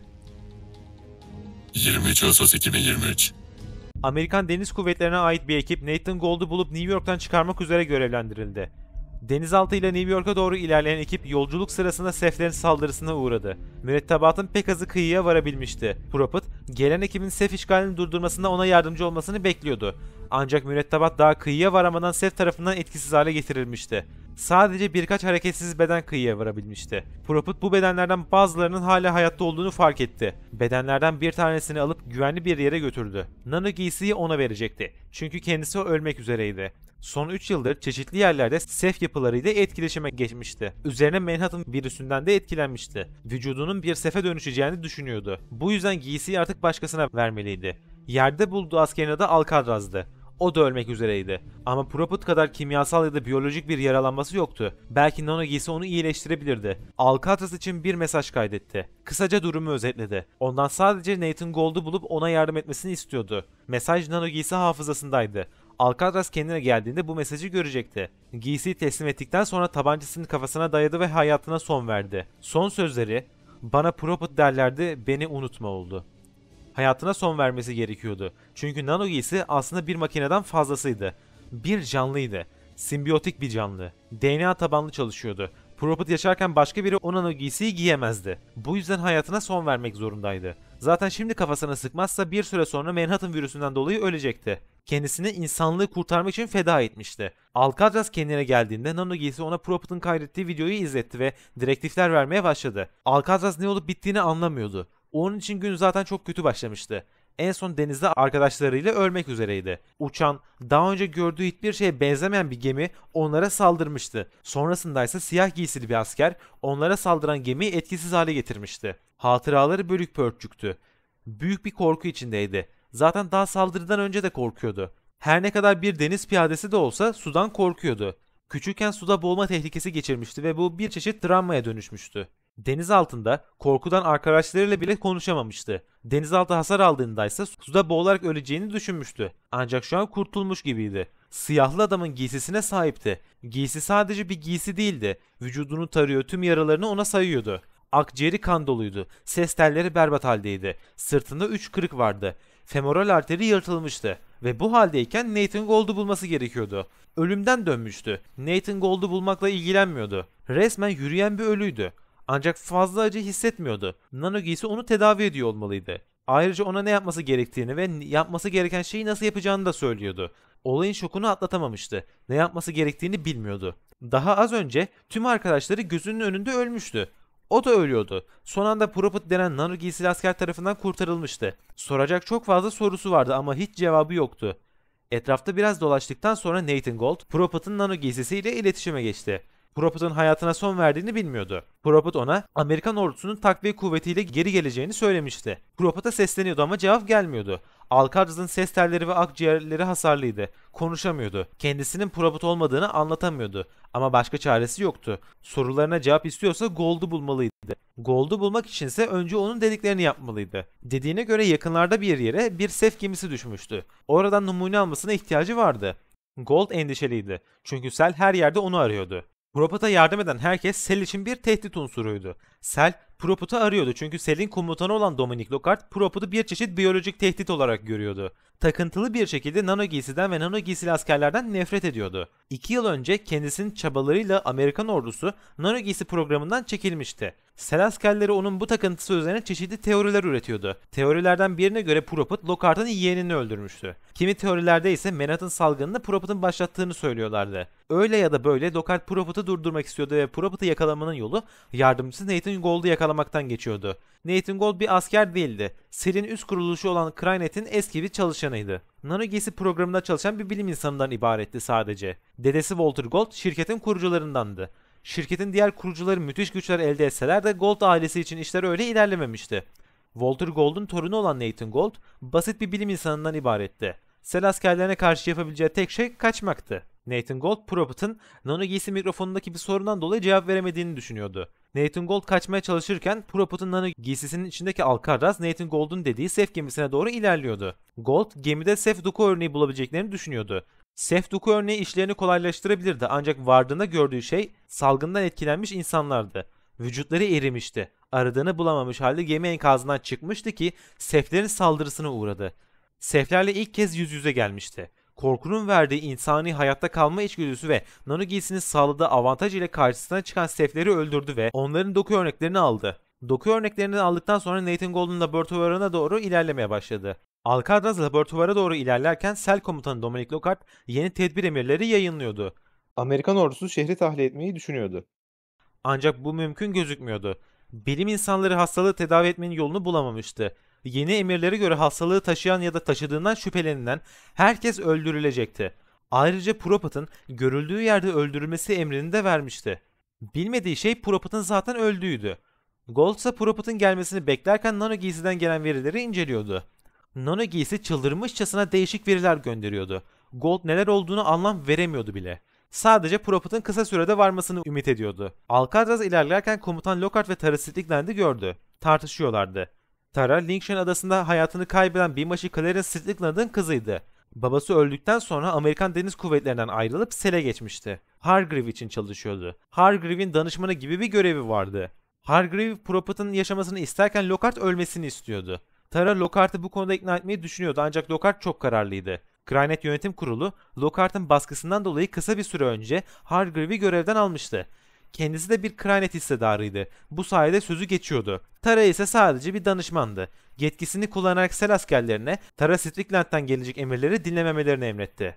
Alcatraz, Lockhart'ın tam bir pislik olduğunun farkındaydı. Ancak ona hak vermiyor da değildi. Prophet Lockhart'ın adamlarını öldürmüştü. Eğer bir şekilde kendisinin yaşadıklarını anlatabilirse Lockhart'la aynı tarafta olabilirdi. Bundan 4 yıl öncesinde askeriyede nanoteknolojinin kullanımına ilişkin bir senato toplantısı olmuştu. Lockhart burada da nano giysinin karşısında yer almıştı. Nanoteknolojinin askeri alanda kullanılmasına ilişkin 864 sayfalık bir rapor hazırlamıştı. Bu 864 sayfanın kısa özeti, teneke kaplamalı giysilerin içindeki ölülerden oluşan ordular yerine gerçek askerlerden oluşan gerçek ordulara ihtiyaç olmasıydı. Senatör şaşkındı. Lockhart'ın başka bir konudan bahsettiğini düşünüyordu. Crynet'in nano giysi programından bahsedip bahsetmediğini sordu. Senatörün anladığı kadarıyla Crynet'in amacı cesetleri yeniden canlandırmak değildi. Aksine canlı askerleri hayatta tutmaktı. Lockhart dersine çalışmıştı. Nano giysinin çalışma prosedürlerinden bahsetmeye başladı. Giysi somatik hasar veya operatör yetersizliği halinde otonom olarak çalışabilecek şekilde tasarlanmıştı. Yani içindeki kişi ölürse giysi kendi kendine çalışabilecekti. O dönemler için bu bir teori olsa da Alcatraz birinci elden bunu deneyimliyordu. Lockhart'ın takıntısının sebebi buydu ve Alcatraz'ın tekrar ölmeye niyeti yoktu. Bu yüzden ilerlemeye başladı. Karşısına çıkan Sel askerlerini bir şekilde püskürttü ve sonunda Gold'un bulunduğu binaya vardı. Gold, Prophet'ın geldiğini sanmıştı ve buna aşırı sevinmişti. Alcatraz da sonunda ona düşman olmayan birini gördüğü için içten içe sevinçliydi. Gold, Prophet sandığı kişiyi nano giysi kızağına oturttu ve giysiyi incelemeye başladı. Alcatraz ilk kez bir nano giysi kızağı kullanıyordu. Kızak çalıştığı an nano giysisi kilitlendi. Sanki felç geçirmiş gibiydi. Bu kızakların temel özelliğiydi. Ancak Alcatraz'ın bundan haberi yoktu. Gold'un güler yüzü bir anda öfkeyle korkunun karıştığı bir hal aldı. Giysiyi incelemeye başladığı an Onun Prophet olmadığını anlamıştı. korkmuştu. Hemen silahını çekip Alcatraz'a doğrulttu. İlk başta Alcatraz'ın Hargreave'in adamı olduğunu sandı ancak daha sonra Prophet'ın ölmeden önce kaydettiği videoyu giysi hafızasında gördü. Ne diyeceğini bilmiyordu. Ancak bu kadar şeye dayanamıyordu. Psikolojisi bunu kaldıramıyordu. Bir askerin zihnine sahip değildi. Kendisini biraz toparladıktan sonra hiçbir şey bilmeden kendini uzaylı istilasının ortasında bulan Alcatraz'a olanları kısaca özetledi. Prophet'ın Hargreave'in kim olduğunu, seflerin ne olduğunu anlattı. Hargreave Rush adında bir şirket vardı. 100 yıldan daha eski dev bir şirket. Ancak Alcatraz bu ismi daha önce hiç duymamıştı. Hargreave Rush kamuoyuna Crynet ismiyle kendini tanıtıyordu. 100 yıldan uzun bir süredir seflere ait kalıntılar üzerinde çalışıyorlardı. Uzun yıllardır insanlığın tüm imkanlarını kullanarak uzaydaki her şeyi taramaya çalışıyorlardı ve seflere ait bir iz arıyorlardı. Bundan 6 ay önce aradıkları izi bulmuşlardı. Mars yörüngesinde şüpheli bir gemi Fark etmişlerdi. Geminin asıl amacının ne olduğunu kimse bilmiyordu. Alcatraz sefleri bulmak için harcanan bunca emeğin saçma olduğunu düşündü. Sonuçta o kadar gelişmiş bir uygarlık için insanlık bir hiçti. Onları bulsak bile bizim için iyi sonuçlanmazdı ki zaten şu anda o sonucu bizzat görüyorlardı. Aslında bu uzaylılar ile ilk temas değildi. Gold Alcatraz'ı anlatmaya devam etti. Sef ile ilk savaş bundan 3 yıl önce Lingshan denilen bir adada yapılmıştı. Büyük ve beklenmedik çatışmaların ardından sefler bir süreliğine durdurulmuş ve ortadan kaybolmuştu. Bazıları seflerin tamamen yenildiğini düşünse de Prophet onların sadece bir süre saklandığını düşünüyordu ve haklıydı da. Lingshan olaylarından sonra Prophet ortadan kaybolmuştu. Arada Gold'a kısa mesajlar yolluyordu. Onun dışında kimseyle iletişim kurmuyordu. Bu süreçte Prophet dünyadaki sef yapılarını incelemişti ve 3 yıl sonra geri dönmüştü. Gold, Prophet'ın sefleri durdurmaya yarayacak bir şey bulduğunu düşünüyordu ve haklıydı. Nano giysinin alt katmanlarında değişik bir kod yığını buldu. Bu kodun ne olduğunu anlamaya çalışıyordu. Ancak bunun için önce kodu kırmaları gerekiyordu. Fakat yeterli işlemci gücüne sahip bir cihazı yoktu. Daha güçlü bir bilgisayar bulmaları gerekiyordu. Gold kodu kurcalarken Sel onları buldu. Alcatraz Sel'i oyalarken Gold yangın merdiveniyle kaçmaya başladı. Gold Sel karargahlarından birinde aradıkları güçte bir bilgisayar olduğunu biliyordu. Eğer karargahtaki askerleri başka bir yere çekebilirlerse o bilgisayar ve nano giysi inceleme sistemini kullanmak için bir fırsatları olabilirdi. Bu yüzden Alcatraz karargah yakınlarındaki çeşitli yerleri patlattı. Kendine hedef göstererek önce Gold'un karargaha sızmasını sağladı. Sonra ise gizlice kendisi karargaha girdi. İçeride bir teknisyen vardı. Kafasına silah dayayıp nano giysi incelemesine başlattılar. Teknisyen şaşkındı. Nano giysinin içindeki kişinin hayati hasarı olmayan organı neredeyse yoktu. Kalbi, akciğeri, omurgaları sanki bir ölüye aitti. Nano giysi olmasa içindekinin çoktan öleceğini tahmin etmek için bilim insanı olmaya gerek yoktu. Nano giysinin içinde resmen ölü bir adam vardı. Alcatraz o an Gold'a karşı müthiş bir nefret duydu. Gold onu incelemişti ama ölmekte olduğundan hiç bahsetmemişti. Resmen onu kandırmıştı. Sadece giysi ve giysinin alt katmanlarındaki kodu kırmak istemişti. Teknisyen Alcatraz'ın iflas etmiş organlarını incelerken Gold onu durdurdu. Zaman kaybetmek istemiyordu. Sel onları her yerde ararken kendi elleriyle sel karargahına girmişlerdi. Her an basılabilirlerdi. Acele etmeleri gerekiyordu. Nano giysinin alt katmanlarındaki kodu incelemeye başladılar. İnceleme sırasında makine aşırı yüklenip patladı. Patlamanın sesiyle yakınlarda olan sel personeli olay yerine geldi. Lockhart ve Tara da oradaydı. Sel her yerde onu arıyordu. Ancak o Sel'in laboratuvarındaydı. Lockhart'tan Prophet sandığı Alcatraz'ı öldürecekken Tara içeri girdi. Nano giysi taraması yüzünden Nano giysi kilitlenmişti. Alcatraz hareket edemiyordu. Hareket edemiyorken Lockhart'ın onu öldürmesinin gereksiz olduğunu söyledi Tara. Lockhart istemeyerek de olsa Prophet sandığı kişiyi öldürmemeyi kabul etti. Nano giysi taraması sistemini kapattılar ve Alcatraz'ı tekrar hareket edebilir hale getirdiler. Nano giysi bir süre devre dışı kaldığı için Alcatraz tekrar ölmeye başlamıştı. Zar zor yürüyordu. Her durduğunda sel askerleri tarafından tekmeleniyordu. Eğer kısa süre içinde Nano giysi tekrardan çalışmazsa ölecekti. Lockhart Gold'u da yakalamıştı ve onu bir yere tahliye edeceklerdi. Gold Tara'ya dil döküyordu. Babasını anlatıyordu. Babasının sel için çalışmasını istemeyeceğini söylüyordu. Alcatraz'ı kurtarmak için Prophet'ın kendi hayatına son verdiğini tam anlatacakken Bina sarsılmaya başladı. Seflerin yer altındaki yapıları olan mızraklar yeryüzüne çıkarken deprem sarsıntısı gibi bir şey oluyordu. Hemen hızlıca binadan çıktılar ve Alcatraz'ı helikoptere bindirdiler. Prisme yani Hargreave'in laboratuvarına götürülüyordu. Helikopter havalandıktan kısa bir süre sonra yerden çıkan sef mızrakları helikopterin pervanesine çarptı ve helikopter düşmeye başladı. Helikopterden düşen Alcatraz ölmek üzereydi. Sefler saldırıyordu ve Nano giysi onu onarmaya çalışıyordu. Ancak çok fazla hasar almıştı. Giysi kendini onarabilirdi. Ancak biraz zamana ihtiyacı vardı. Hayatta kalan sel askerleri kendilerini seflerden korumaya çalışırken Alcatraz'a gereken süreyi kazandırdılar. Nano giysi kendine geldiğinde kaçmaya başladı. Yer altından çıkan sef mızrakları Manhattan virüsünü yayıyordu ve Nano giysi kendini korumak için virüsü engellemeye çalışıyordu. Aynı zamanda Alcatraz'ın yaralarını da iyileştirmeye çalışıyordu. Nano giysi Prophet'ın DNA'sı üzerine programlanmıştı ve bu DNA üzerine kendini geliştirmişti. Alcatraz'ın yaralarını Prophet'ın DNA bilgisine göre iyileştiriyordu. Alcatraz bu yüzden her yara iyileşmesinde biraz daha Prophet'a dönüşüyordu. Bu sayede Prophet'ın Nano giysi kayıtlı hafızasına yavaş yavaş erişim kazanıyordu. O kaçarken Nano giysi telsizinden bir ses yükseldi. Konuşan Jacob Hargreave'di. Jacob Hargreave'in sesinin duyulmasıyla Prophet'ın bir anısını hatırladı. Lincoln operasyonu öncesiydi. Hargreave Prophet'a görevler veriyordu. Adadan numuneler istiyordu. Hiç olmazsa gördüklerini anlatması bile yeterdi. Hargreave tüm insan ırkının uyanma zamanının geldiğini söylüyordu. O bunları hatırlarken gerçek Hargreave konuşmaya devam ediyordu. Hargreave, Prophet'ın öldüğünü ve yerine başka birini koyduğunu biliyordu. Nathan Gold'un kendisi hakkında kötü şeyler anlattığını tahmin ettiğini, ancak şu an daha önemli işlerinin olduğunu söyledi. Alcatraz Hargreave'e güvenmek konusunda kararsızdı. Ancak Lockhart'ın Hargreave'e bu kadar karşı çıkması, onda düşmanımın düşmanı dostumdur düşüncesi uyandırdı ve Hargreave'in dediklerini dinlemeye başladı. Hargreave istediklerini yaparsa Alcatraz'ı tekrar eski haline getirmeyi vaat ediyordu. Sonuçta giysiyi yapan oydu. Ve Gold da yakalanmıştı. Ona güvenmekten başka seçeneği yoktu. Lockhart ve adamları bugün büyük bir sef gemisi düşürmüştü. Hargreave gemi enkazına bir ekip yollamıştı ancak ekibin bağlantısı kopmuştu. Eğer Alcatraz düşen gemiye sızarsa Hargreave Manhattan salgınını durdurabilecek bir şey yapabilirdi belki. Alcatraz bu amaçla ilerlerken Hargreave ise sefler hakkında daha fazla şey anlatmaya başladı. Hargreave seflerin teknoloji ve yöntemlerine baktıkça büyüleniyordu.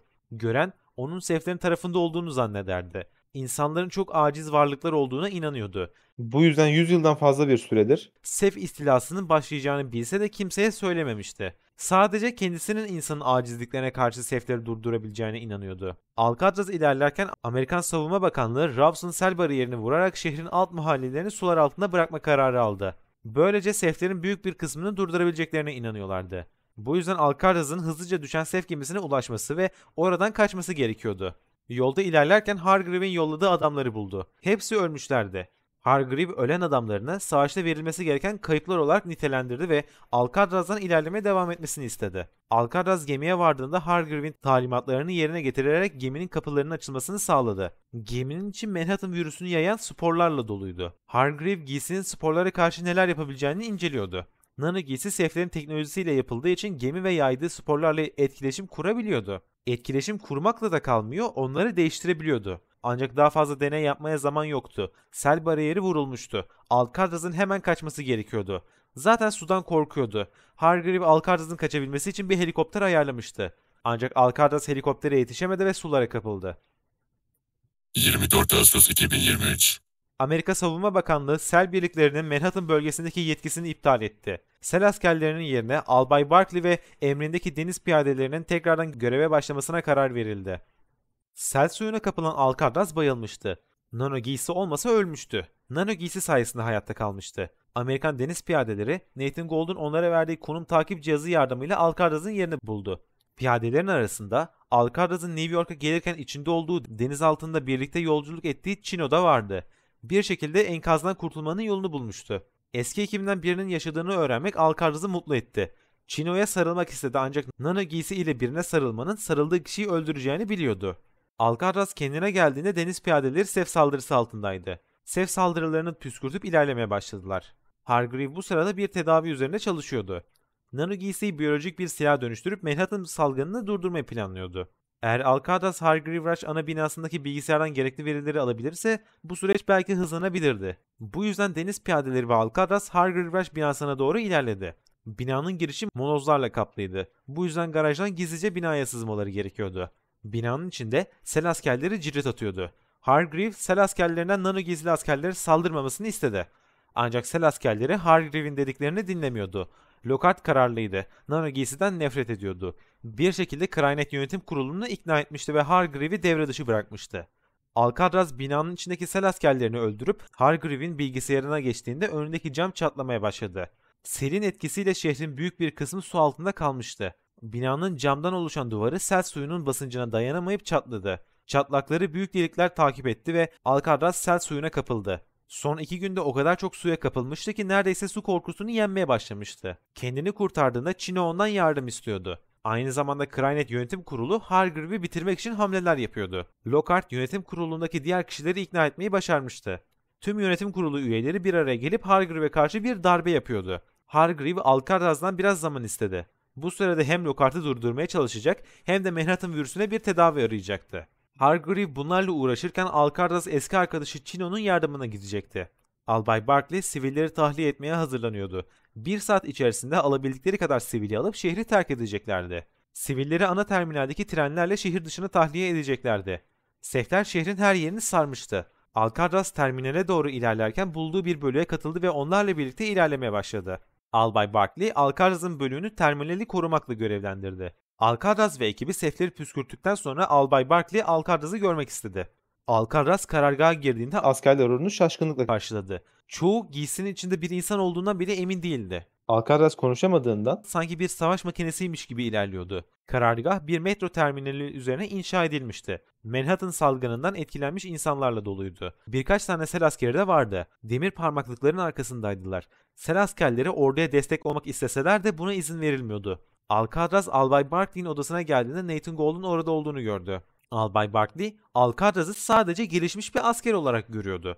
Nathan Gold ise salgını Nano giysi ve Jacob Hargreave sayesinde bitirebileceğini düşünüyordu. Hargreave'in bulunduğu Roosevelt adasına ani bir baskın yapılmasını istiyordu. ancak Albay Barkley'i ikna edemedi. Barkley, Nathan Gold'u da sivillerin tahliye edildiği trenlere yolladı ve Alcatraz ile baş başa konuşmaya başladı. Albay Barkley Nathan Gold'a güvenmiyordu.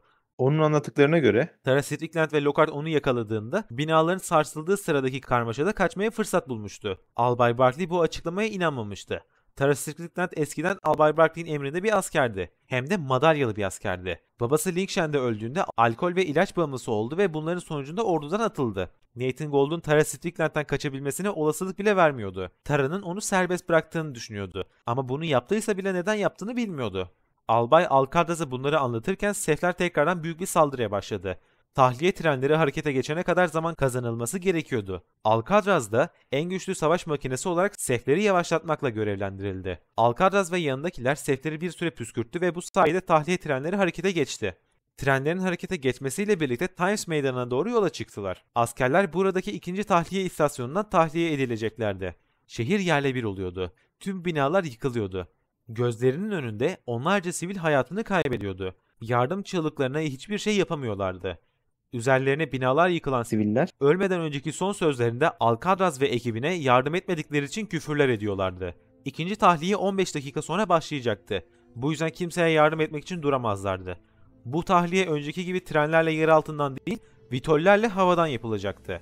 Hızlıca Times Meydanı'na vardılar. Albay Barkley ve geriye kalan tüm askerler Vitol araçlarının yere inmesini beklerken yerden yeni sef mızrakları çıkmaya başladı. Herkes bunun ne olduğunu anlamaya çalışırken uzun süredir ortada olmayan Jacob Hargreave askeri sesli iletişim sistemine girdi ve anlatmaya başladı. Bu mızrağımsı nesne seflere ait bir biyolojik bölge yok etme silahıydı.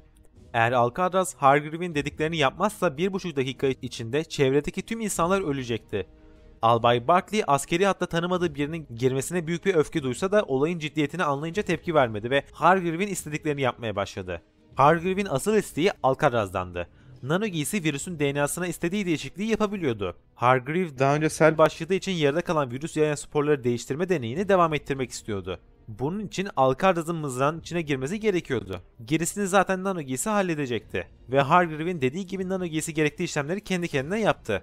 Hargreave'in Nano giysiye verdiği talimatlar sayesinde virüsü insanlara zarar vermeyen ancak seflere zarar veren bir hale getirdi. Bu sırada Nano giysi çok ağır hasar görse de kısa sürede kendi kendine iyileşti. çevredeki tüm sefler Bir bomba gibi patlıyordu. Alcatraz, Hargreave'in bu kadar kısa sürede sefleri durdurabilen bir virüs yapmasına büyülenmişti. Ki bu virüsü yaparken aynı zamanda Crynet Yönetim Kurulu'yla da uğraşıyordu. Kim bilir elinde daha fazla zaman ve fırsat olsa neler yapardı. Tüm sefler havaya uçuyordu. Neredeyse tüm sefler. Bir sef sinyalcisi yeterince yakın olmadığı için mızrağın yaydığı sef virüsünden fazla etkilenmemişti. Neyse ki yanlarında bir Vitol vardı ve hızlıca oradan kaçtılar. Alcatraz Albay Barkley'nin yüzüne baktığında iki şey görüyordu. Korku ve yorgunluk. Tüm bu olanlar ve bu olanların ona verdiği sorumluluk onu yormuştu. Ve başarısız olmaktan korkuyordu. İnsanlığın belki de sonunu getirecek bir düşmana karşı direnişi yönetiyordu. Ama umutsuz değildi. Az önce Hargreave'in yönlendirmeleriyle Nano giysinin neler yapabileceğini görmüştü. Vitoller şehrin üstünde uçarak şehri terk ederken Nathan Gold, Albay Barkley ile iletişime geçti. Sivillerin tahliye treni saldırıya uğramıştı ve yoldan çıkmıştı. Nathan Gold, Roosevelt adasındaki prizm tesisine gidilmesini ve Hargreave'in oradan çıkartılıp sorgulanmasını istiyordu. Nano giysinin yaptıklarını gören Albay Barkley bu sefer Nathan Gold'u dinlemeye karar verdi ve Vitol'ün yönünü prizm tesisine doğru çevirdiler. 25 Ağustos 2023. Albay Barkley ve Alcatraz'ın içinde olduğu Vitol, kalkış sırasında onlara saldıran sef sinyalcisinden dolayı hasar almıştı. Yakıt deposunda sorun vardı. Yakıt hızla yere akıyordu ve bitmek üzereydi. Eğer iniş yaparlarsa tekrar kalkabilecekleri yakıtları yoktu. Bu yüzden Alcatraz'ı Roosevelt adasının yakınlarında suya bıraktılar. Alcatraz uçaktan suya atladı. O kadar çok suyla iç içe girmişti ki su korkusunu artık yenmişti. Suyun içinde olmak onu rahatsız etmiyordu Acaba korkusunu yendi mi yoksa Nano giysinin bir başarısı mıydı bu?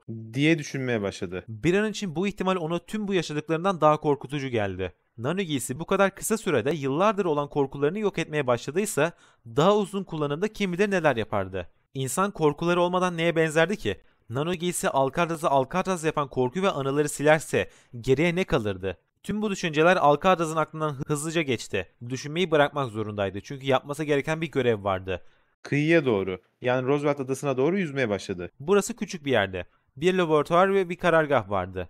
Lokart'ın kendisi de buradaydı. Ada bir çeşit sel karargahıydı. Hargreave, Alcatraz'ın adaya geldiğini görünce ona Teşekkür etti. adada Lockhart ve adamlarının olduğunu, bu yüzden dikkatli ilerlemesi gerektiğini söyledi. Elinden geldiğince Alcatraz'a yardım edecekti. En azından öyle söylüyordu. Adaya vardığında sel askerleri devreye geziyordu. Vitol'ün arkasından atlayan Alcatraz'ı görmüşlerdi. Yani Alcatraz'ın adada olduğunu biliyorlardı. Alcatraz, Nano giysinin pelerin modu sayesinde yavaş ve gizli bir şekilde ilerlemeye başladı. O ilerlerken Hargreave, Lockhart'ın planını öğrenmişti. Lockhart, Alcatraz'ı tuzağa düşürmek için bir EMP tuzağı hazırlamıştı. EMP, Nano giysiyi bir süreliğine devre dışı bırakacaktı. Bu süre Alcatraz'ı öldürmeye yeterdi. Alcatraz, Hargreave'in talimatlarını uyguladı ve tuzağın pimi çekildiğinde çalışmayacak bir hale getirdi. Ve tuzağa doğru ilerledi. Lockhart'ın ona kurduğu tuzağı, Lockhart için kurulmuş bir tuzağa çevirecekti. Tuzağa girdiğinde Lockhart adamlarına EMP bombasını patlatma emri verdi. Bombanın pimi çekildiğinde hiçbir şey olmadı. Ancak sel askerleri bombanın işe yaramadığını bilmiyorlardı. Alcatraz'ı ölü bir şekilde bulmayı bekliyorlardı. Alcatraz, Hargreave'in talimatlarıyla kanalizasyona girerek sel askerlerinden kaçtı. Alcatraz, Lockhart'ın bulunduğu binaya doğru ilerlerken Hargreave ve Lockhart telsizden iletişim halindeydi ve kavga ediyorlardı. Hargreave bir nevi Lockhart'tan intikamını alıyordu. Lockhart, Hargreave'in elinden neredeyse her şeyi almıştı. Amerikan ordusunun Hargreave'in uğruna hayatını adadığı nano giysi programından çekilmesini sağlamıştı. Daha sonra ise Hargreave'in Crynet Yönetim Kurulu başkanlığından alınmasını sağlamıştı. Lockhart sinirden köpürüyordu. Hargreave, robotik bir soğukkanlılıkla, sanki bir bardak su istiyormuş gibi bir ses tonuyla Alcatraz'dan Lockhart'ı öldürmesini istedi. Lockhart, Hargreave'e bağırmayı bırakıp emrindeki askerlere bağırmaya başladı. Askerlerinin sadece tek bir kişi tarafından yok edilmesi onu delirtiyordu. Alcatraz üstüne koşan sel askerlerini püskürttükten sonra önce Lockhart'ın olduğu binaya, sonra Lockhart'ın olduğu odaya girdi. Lockhart ona saldırmaya çalışsa da yapabileceği bir şey yoktu. Nano giysi işleri değiştiriyordu. Alcatraz Lockhart'ı boynundan tutup kulenin camından yere doğru fırlattı. Yere düşen Lockhart ölmemişti. Ancak son nefeslerini alıyordu. Hargreave Alcatraz'ı prizm laboratuvarına çağırdı. Çevrede hala sel askerleri vardı. Liderleri olan Lockhart ölmesine rağmen savaşmaya devam ediyorlardı. Hargreave'in olduğu binadan içeri giren Alcatraz hiç beklemediği bir şeyle karşılaştı. EMP saldırısı. Hargreave'in isteği üzerine Tara Strickland, Lockhart'ın kurduğu EMP tuzağının aynısından kurmuştu. Alcatraz bayılmak üzereydi. Son duyduğu şeyler Hargreave'in Tara'ya teşekkür ettiği ve Alcatraz'ın nano giysisini çıkarma sürecinin başlatılmasını istediğiydi. Nano giysisindeki bir bilinç gibi çalışan yapay zeka Alcatraz'ı hayatta tutmaya çalışıyordu. Nano giysinin tüm önceliği, nano giysinin iyileştirme sistemlerini aktif hale getirerek ölmekte olan Alcatraz'ı kurtarmaktı. Nano giysideki yapay zeka artık Alcatraz'la konuşuyordu. "Uyan asker, ölme zamanı değil." Hemen savaşa geri dönmelisin diyordu. Alcatraz kendine geldiğinde bir laboratuvardaydı. Hargreave, Alcatraz'ın kendine geldiğini fark etmemişti ve konuşmaya devam ediyordu. Alcatraz'dan kafasız bir asker diye bahsediyordu ve Propat'ın yaşasaydı daha başarılı olabileceğini söylüyordu. Hargreave, Alcatraz'ın sağlığıyla ilgilenmiyordu. Onu sadece nano giysi ilgilendiriyordu. Ve o da tek parçaydı. Planı Alcatraz'ın nano giysisini sökmekti. Giysiyi kendisi giyecekti ve seflerle savaşacaktı. 100 yıldan uzun süren yaşamında bunu hedeflemişti. Hargreave laboratuvar teknisyenlerine bunları anlatırken Alcatraz'ın kendine geldiğini gördü. Alcatraz baygınken nano giysiyi sökmeyi denemişlerdi. Ancak nano giysi buna izin vermemişti. Şimdi ise Alcatraz hayattayken giysiyi sökmeyi deneyeceklerdi. Cihazların nano giysiye verdiği elektrikle birlikte Alcatraz'ın pes edeceğini umuyorlardı. Aslında Alcatraz baygınken kafasına sıkıp giysiyi alabilirlerdi. Ancak Hargreave giysinin hasar görmesini istemiyordu. Bu eğer diğer planlar işe yaramazsa kullanılacak olan en son plandı. Hargreave ihanet ettiği için üzgün olduğunu, ancak başka hiçbir seçeneğinin olmadığını söyledi. Giysiye verilen elektrik Propat'ın anılarını tekrardan aktif hale getirmeye Başlamıştı. Propat'ı görüyordu. Sadece yürüyordu. O bunları görüyorken Hargreave anlatmaya devam ediyordu. Sefleri durdurabilmek için tek şanslarının Propat'ın nano giysisi olduğunu söylüyordu. Propat'ın nano giysisi yıllardır seflerle etkileşime geçtiği için diğer nano giysilerden çok daha gelişmişti. Kendisinin bu giysiyi giydiğinde dünyayı kurtaracağını düşünüyordu. Ona göre Alcatraz sadece basit bir askerdi ve seflerle çarpışacak kadar yetenekli değildi. Propat'ın bölük pörçük olan anıları artık bir bütündü. Parça parça gördüğü anının tamamını görüyordu. Propat bir görevden dönmüştü. Üzgündü. Neler olduğunu anlamadığını söylüyordu. Hargreave, Propat'ın artık hazır olduğunu, nano giysinin artık seflerin sistemlerini öğrendiğini söylüyordu. Propat birden sinirlenmişti. Hargreave'e küfrediyordu. Nano giysi giyen askerler yaralandıklarında hayati organlarını iyileştirmek için vücutta kritik öneme sahip olmayan bazı doku ve organlar parçalanıyordu. Bu parçalama sonucunda elde edilen biyolojik maddeyle hayati öneme sahip organlar iyileştiriliyordu. bu yavaş yavaş nano giysi giyen askerlerin Nano giysi sayesinde yaşayan ölü adamları çeviriyordu.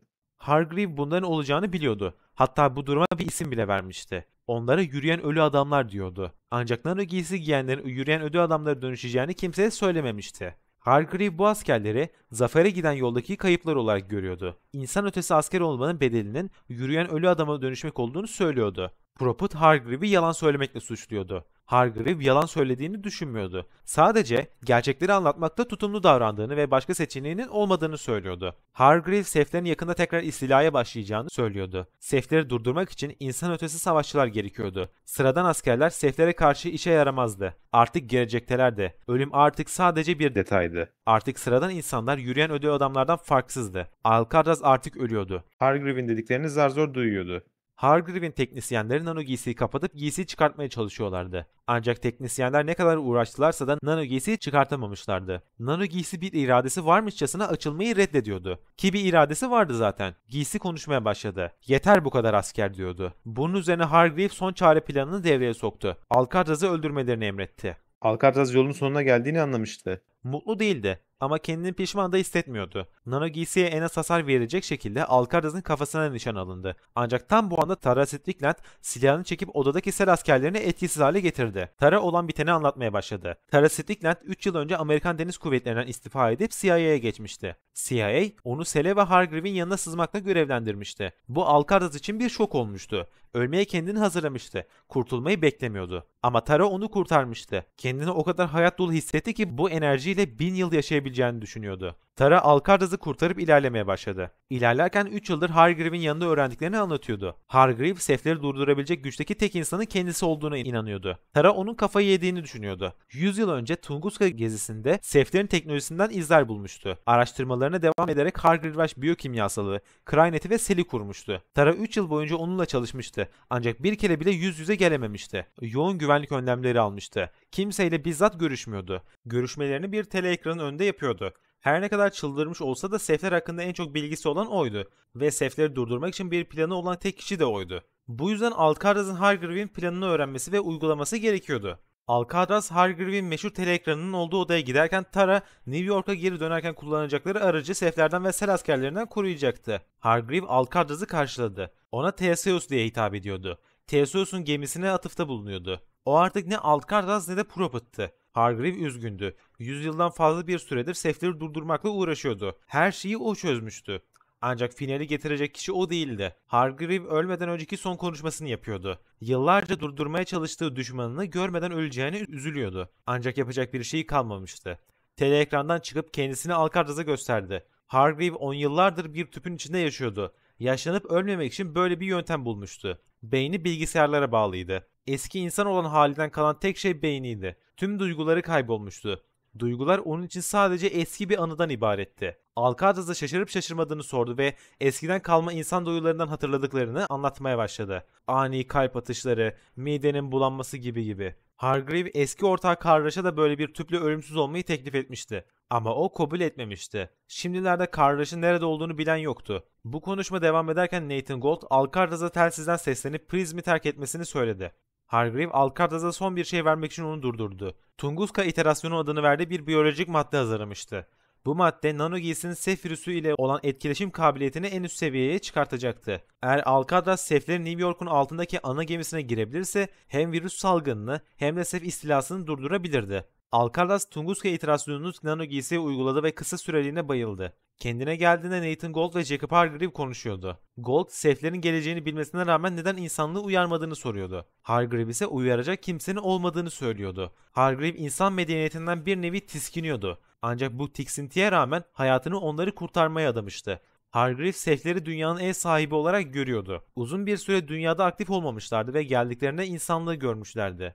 Seth'lerin insanlığa yaptıklarını basit bir bahar temizliği olarak görüyordu. İnsanlığı bahar temizliği sırasında tespit edilen bir leke olarak tanımlıyordu. Bu yüzden Seth'leri suçlamıyordu. Hatta onları haklı gördüğü bile söylenebilirdi. Seth birlikleri Prism tesisine saldırmaya başladı. Alcatraz Prism tesisi ve Roosevelt adasından kaçmaya hazırlanırken Hargreave sel askerlerine seslendi. Lockhart'ın öldüğünü ve kendisinin de kısa zaman içinde öleceğini söyledi. Nano giysili askerin Seth'leri durdurmak için son şans olduğunu, bu yüzden sel askerlerinin Alcatraz'a saldırmaması gerektiğini emretti. Hargreave tüm Prism tesisini 10 dakika içinde patlayacak şekilde ayarladı. Bu sayede Seth'ler biraz yavaşlatılabilecekti. Tara bütün bunlar olurken hava aracını korumaya çalışıyordu ama başarısız olmuştu.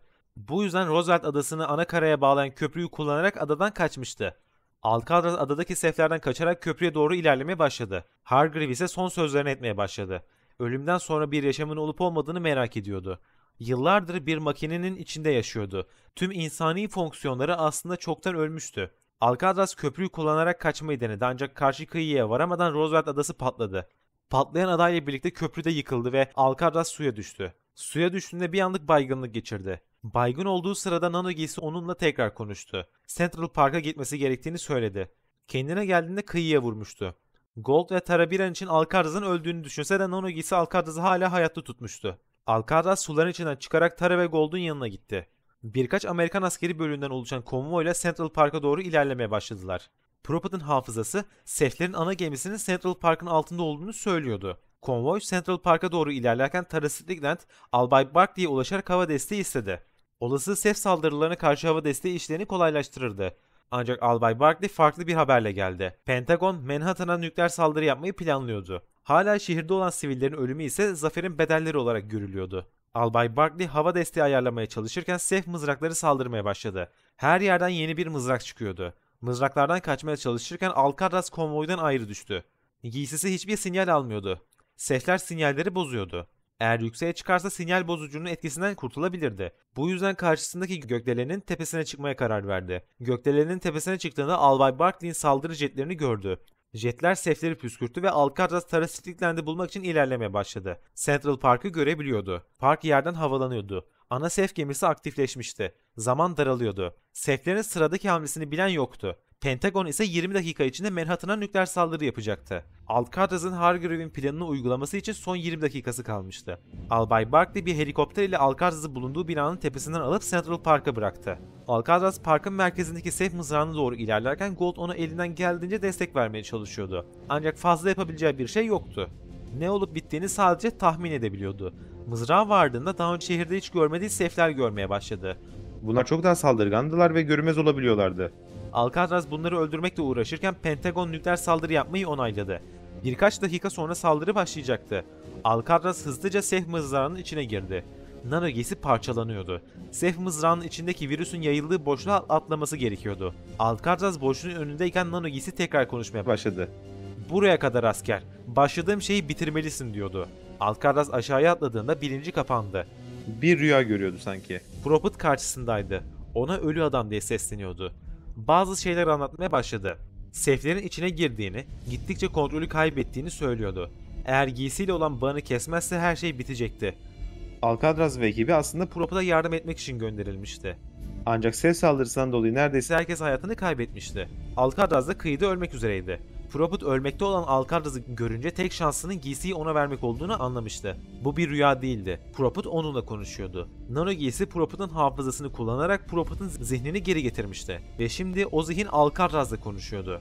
Prophet Alcatraz'a seflerin dünyanın her yerinde yapılandığını, bugün sefleri yendiklerini ancak sef tehdidinin ortadan kalkmadığını, hatta her şeyin en başında olduklarını anlattı. Alcatraz rüyadan uyandığında Karraş, Nano giysisinin iletişim hattından Alcatraz'a sesleniyordu. Kim olduğunu soruyordu. Nano giysi zihnindeki Prophet, Alcatraz'ın bedenini kullanıp "Benim adım Prophet" diye yanıt verdi. Prophet ve Alcatraz başarılı olmuştu. Ana geminin yaydığı virüsün yapısı insanlara zarar vermeyecek ancak sefleri öldürecek şekilde değiştirilmişti. Bu sayede tüm virüs yayan yapılar sefleri öldüren bir virüs yaymaya başlamıştı. Sefler anında ölüyorlardı. Pentagon son anda nükleer saldırıyı iptal etti. 27 Ağustos 2023. Sef saldırısı sırasında yaşananları araştırmak için Karmaşık Sistem İstikrarsızlığı Müdahale Ajansı tarafından Black Body adı verilen bir konsey toplandı. Konsey Alcatraz ve Nathan Gold'u sorguladı. Alcatraz baştan sona tüm yaşadıklarını anlattı. Anlatırken yalnız değildi. Prophet da onunla birlikteydi. Bir bedende iki zihin yaşıyordu. Bazen kontrolü Alcatraz ele alıyordu, bazense Prophet. 2023'ün ilerleyen zamanlarında Karmaşık Sistem İstikrarsızlığı Müdahale Ajansı'nın Black Body konseyinden kurtulan Alcatraz ve Prophet, New York'u gezmeye başladı. Başta iki farklı zihni aynı anda yaşasalar da artık iki zihinde iç içe geçmeye başlamıştı. Alcatraz her geçen gün biraz daha Prophet'a dönüşüyordu. Başlangıçta iki farklı beden, sonrasında iki farklı zihin olan iki farklı kişilik artık iç içe geçiyordu. Birbirlerine ait olan anıları kendi anıları gibi hatırlıyorlardı. İki zihinde tam olarak ne olup bittiğini çözemiyordu. Prophet öldüğünü çok net hatırlıyordu. Bir sefe dönüşmemek için kendini öldürme kararı aldığı anı, giysiyi Alcatraz'a verdiği anı ve kendi kafasına sıktığı anı çok iyi hatırlıyordu. Hatta beynine doğru yola çıkan kurşunun vücuduna girdiği anı bile hatırlıyordu. Ancak şu an hayattaydı. Sırf bu karışıklık yüzünden arada öldüğünü düşünüyordu. Uzun süredir New York sokaklarında Nano giysinin pelerin moduyla geziyordu. Sel birlikleri her yerde onu arıyordu. Aslında Prophet'ı değil Alcatraz'ı arıyorlardı. Prophet ara sıra Alcatraz'ın kim olduğunu bile unutuyordu. Ancak sonra geri hatırlıyordu. Zaman ilerledikçe hem Alcatraz hem de Prophet iyice birbirlerine karışmaya başladılar. Artık birbirlerini görebiliyorlardı. Hatta birbirleriyle konuşabiliyorlardı. Bedeni bazen Prophet bazen Alcatraz ele alıyordu. Bu bilinçli bir şekilde yapılan bir şey değildi. Hatta bedenin kontrolünün kimde olduğunu değiştiğini bile fark etmiyorlardı. Çünkü giderek zihinleri iç içe giriyordu. Alcatraz kontrol kendisinde olduğu zaman küçük kız kardeşini ziyarete gidiyordu. Alcatraz yine kardeşini ziyarete gitmişti. Ancak kontrol birden Prophet'a geçti. Kız ona demek tekrar geldin dedi. Ancak Prophet burayı hatırlamıyordu. Giysi arayüzünden nerede olduğuna baktı.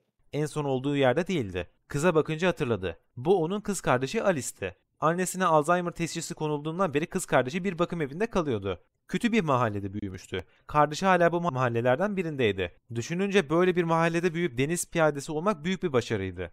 Bu düşünceyle birlikte Prophet dehşete kapıldı. Onun adı Lawrence Barnes'tı. Çocukluğu buradan çok uzakta geçmişti. Kız kardeşi yoktu ve bir deniz piyadesi değildi. Bu Alcatraz'ın anısıydı. O bu dehşeti yaşarken tanımadığı bir ses Alice'e seslendi. Bu Alice gibi çocuklara bakan görevliydi. Ses Alice'i arıyordu. Sesin sahibi sinirliydi. Kızı dövmekle tehdit ediyordu. Prophet ve Alcatraz karışımı zihin, Nano giysinin pelerin modunu aktif hale getirdi. Alice sesin sahibinden korkuyordu. Sesin sahibi Alice'in yanına geldi ve onu dövmeye başlayacakken Prophet ve Alcatraz'ın ortak zihni adama seslendi. Adam kimseyi göremiyordu. Dehşete kapıldı. Prophet Nano giysinin görünmezliğini kapatıp adamın karşısına dikildi. Adam korkudan çığlık atmaya başladı. Çığlığı Prophet tarafından boğazı sıkılınca sona erdi. Adam korkuyordu. Prophet bu korkuyu kullanarak adamı tehdit etti. Bundan sonra sık sık buraya görünmez bir şekilde gelecekti. Eğer çocuklara bir daha kötü davrandığını görürse ona işkence yapacaktı. Adam korkudan cevap bile veremedi. Alice için o tanımadığı siyah giysili kişi bir melekti. Olay yerinden ayrılan Prophet tekrar sesler duymaya başladı.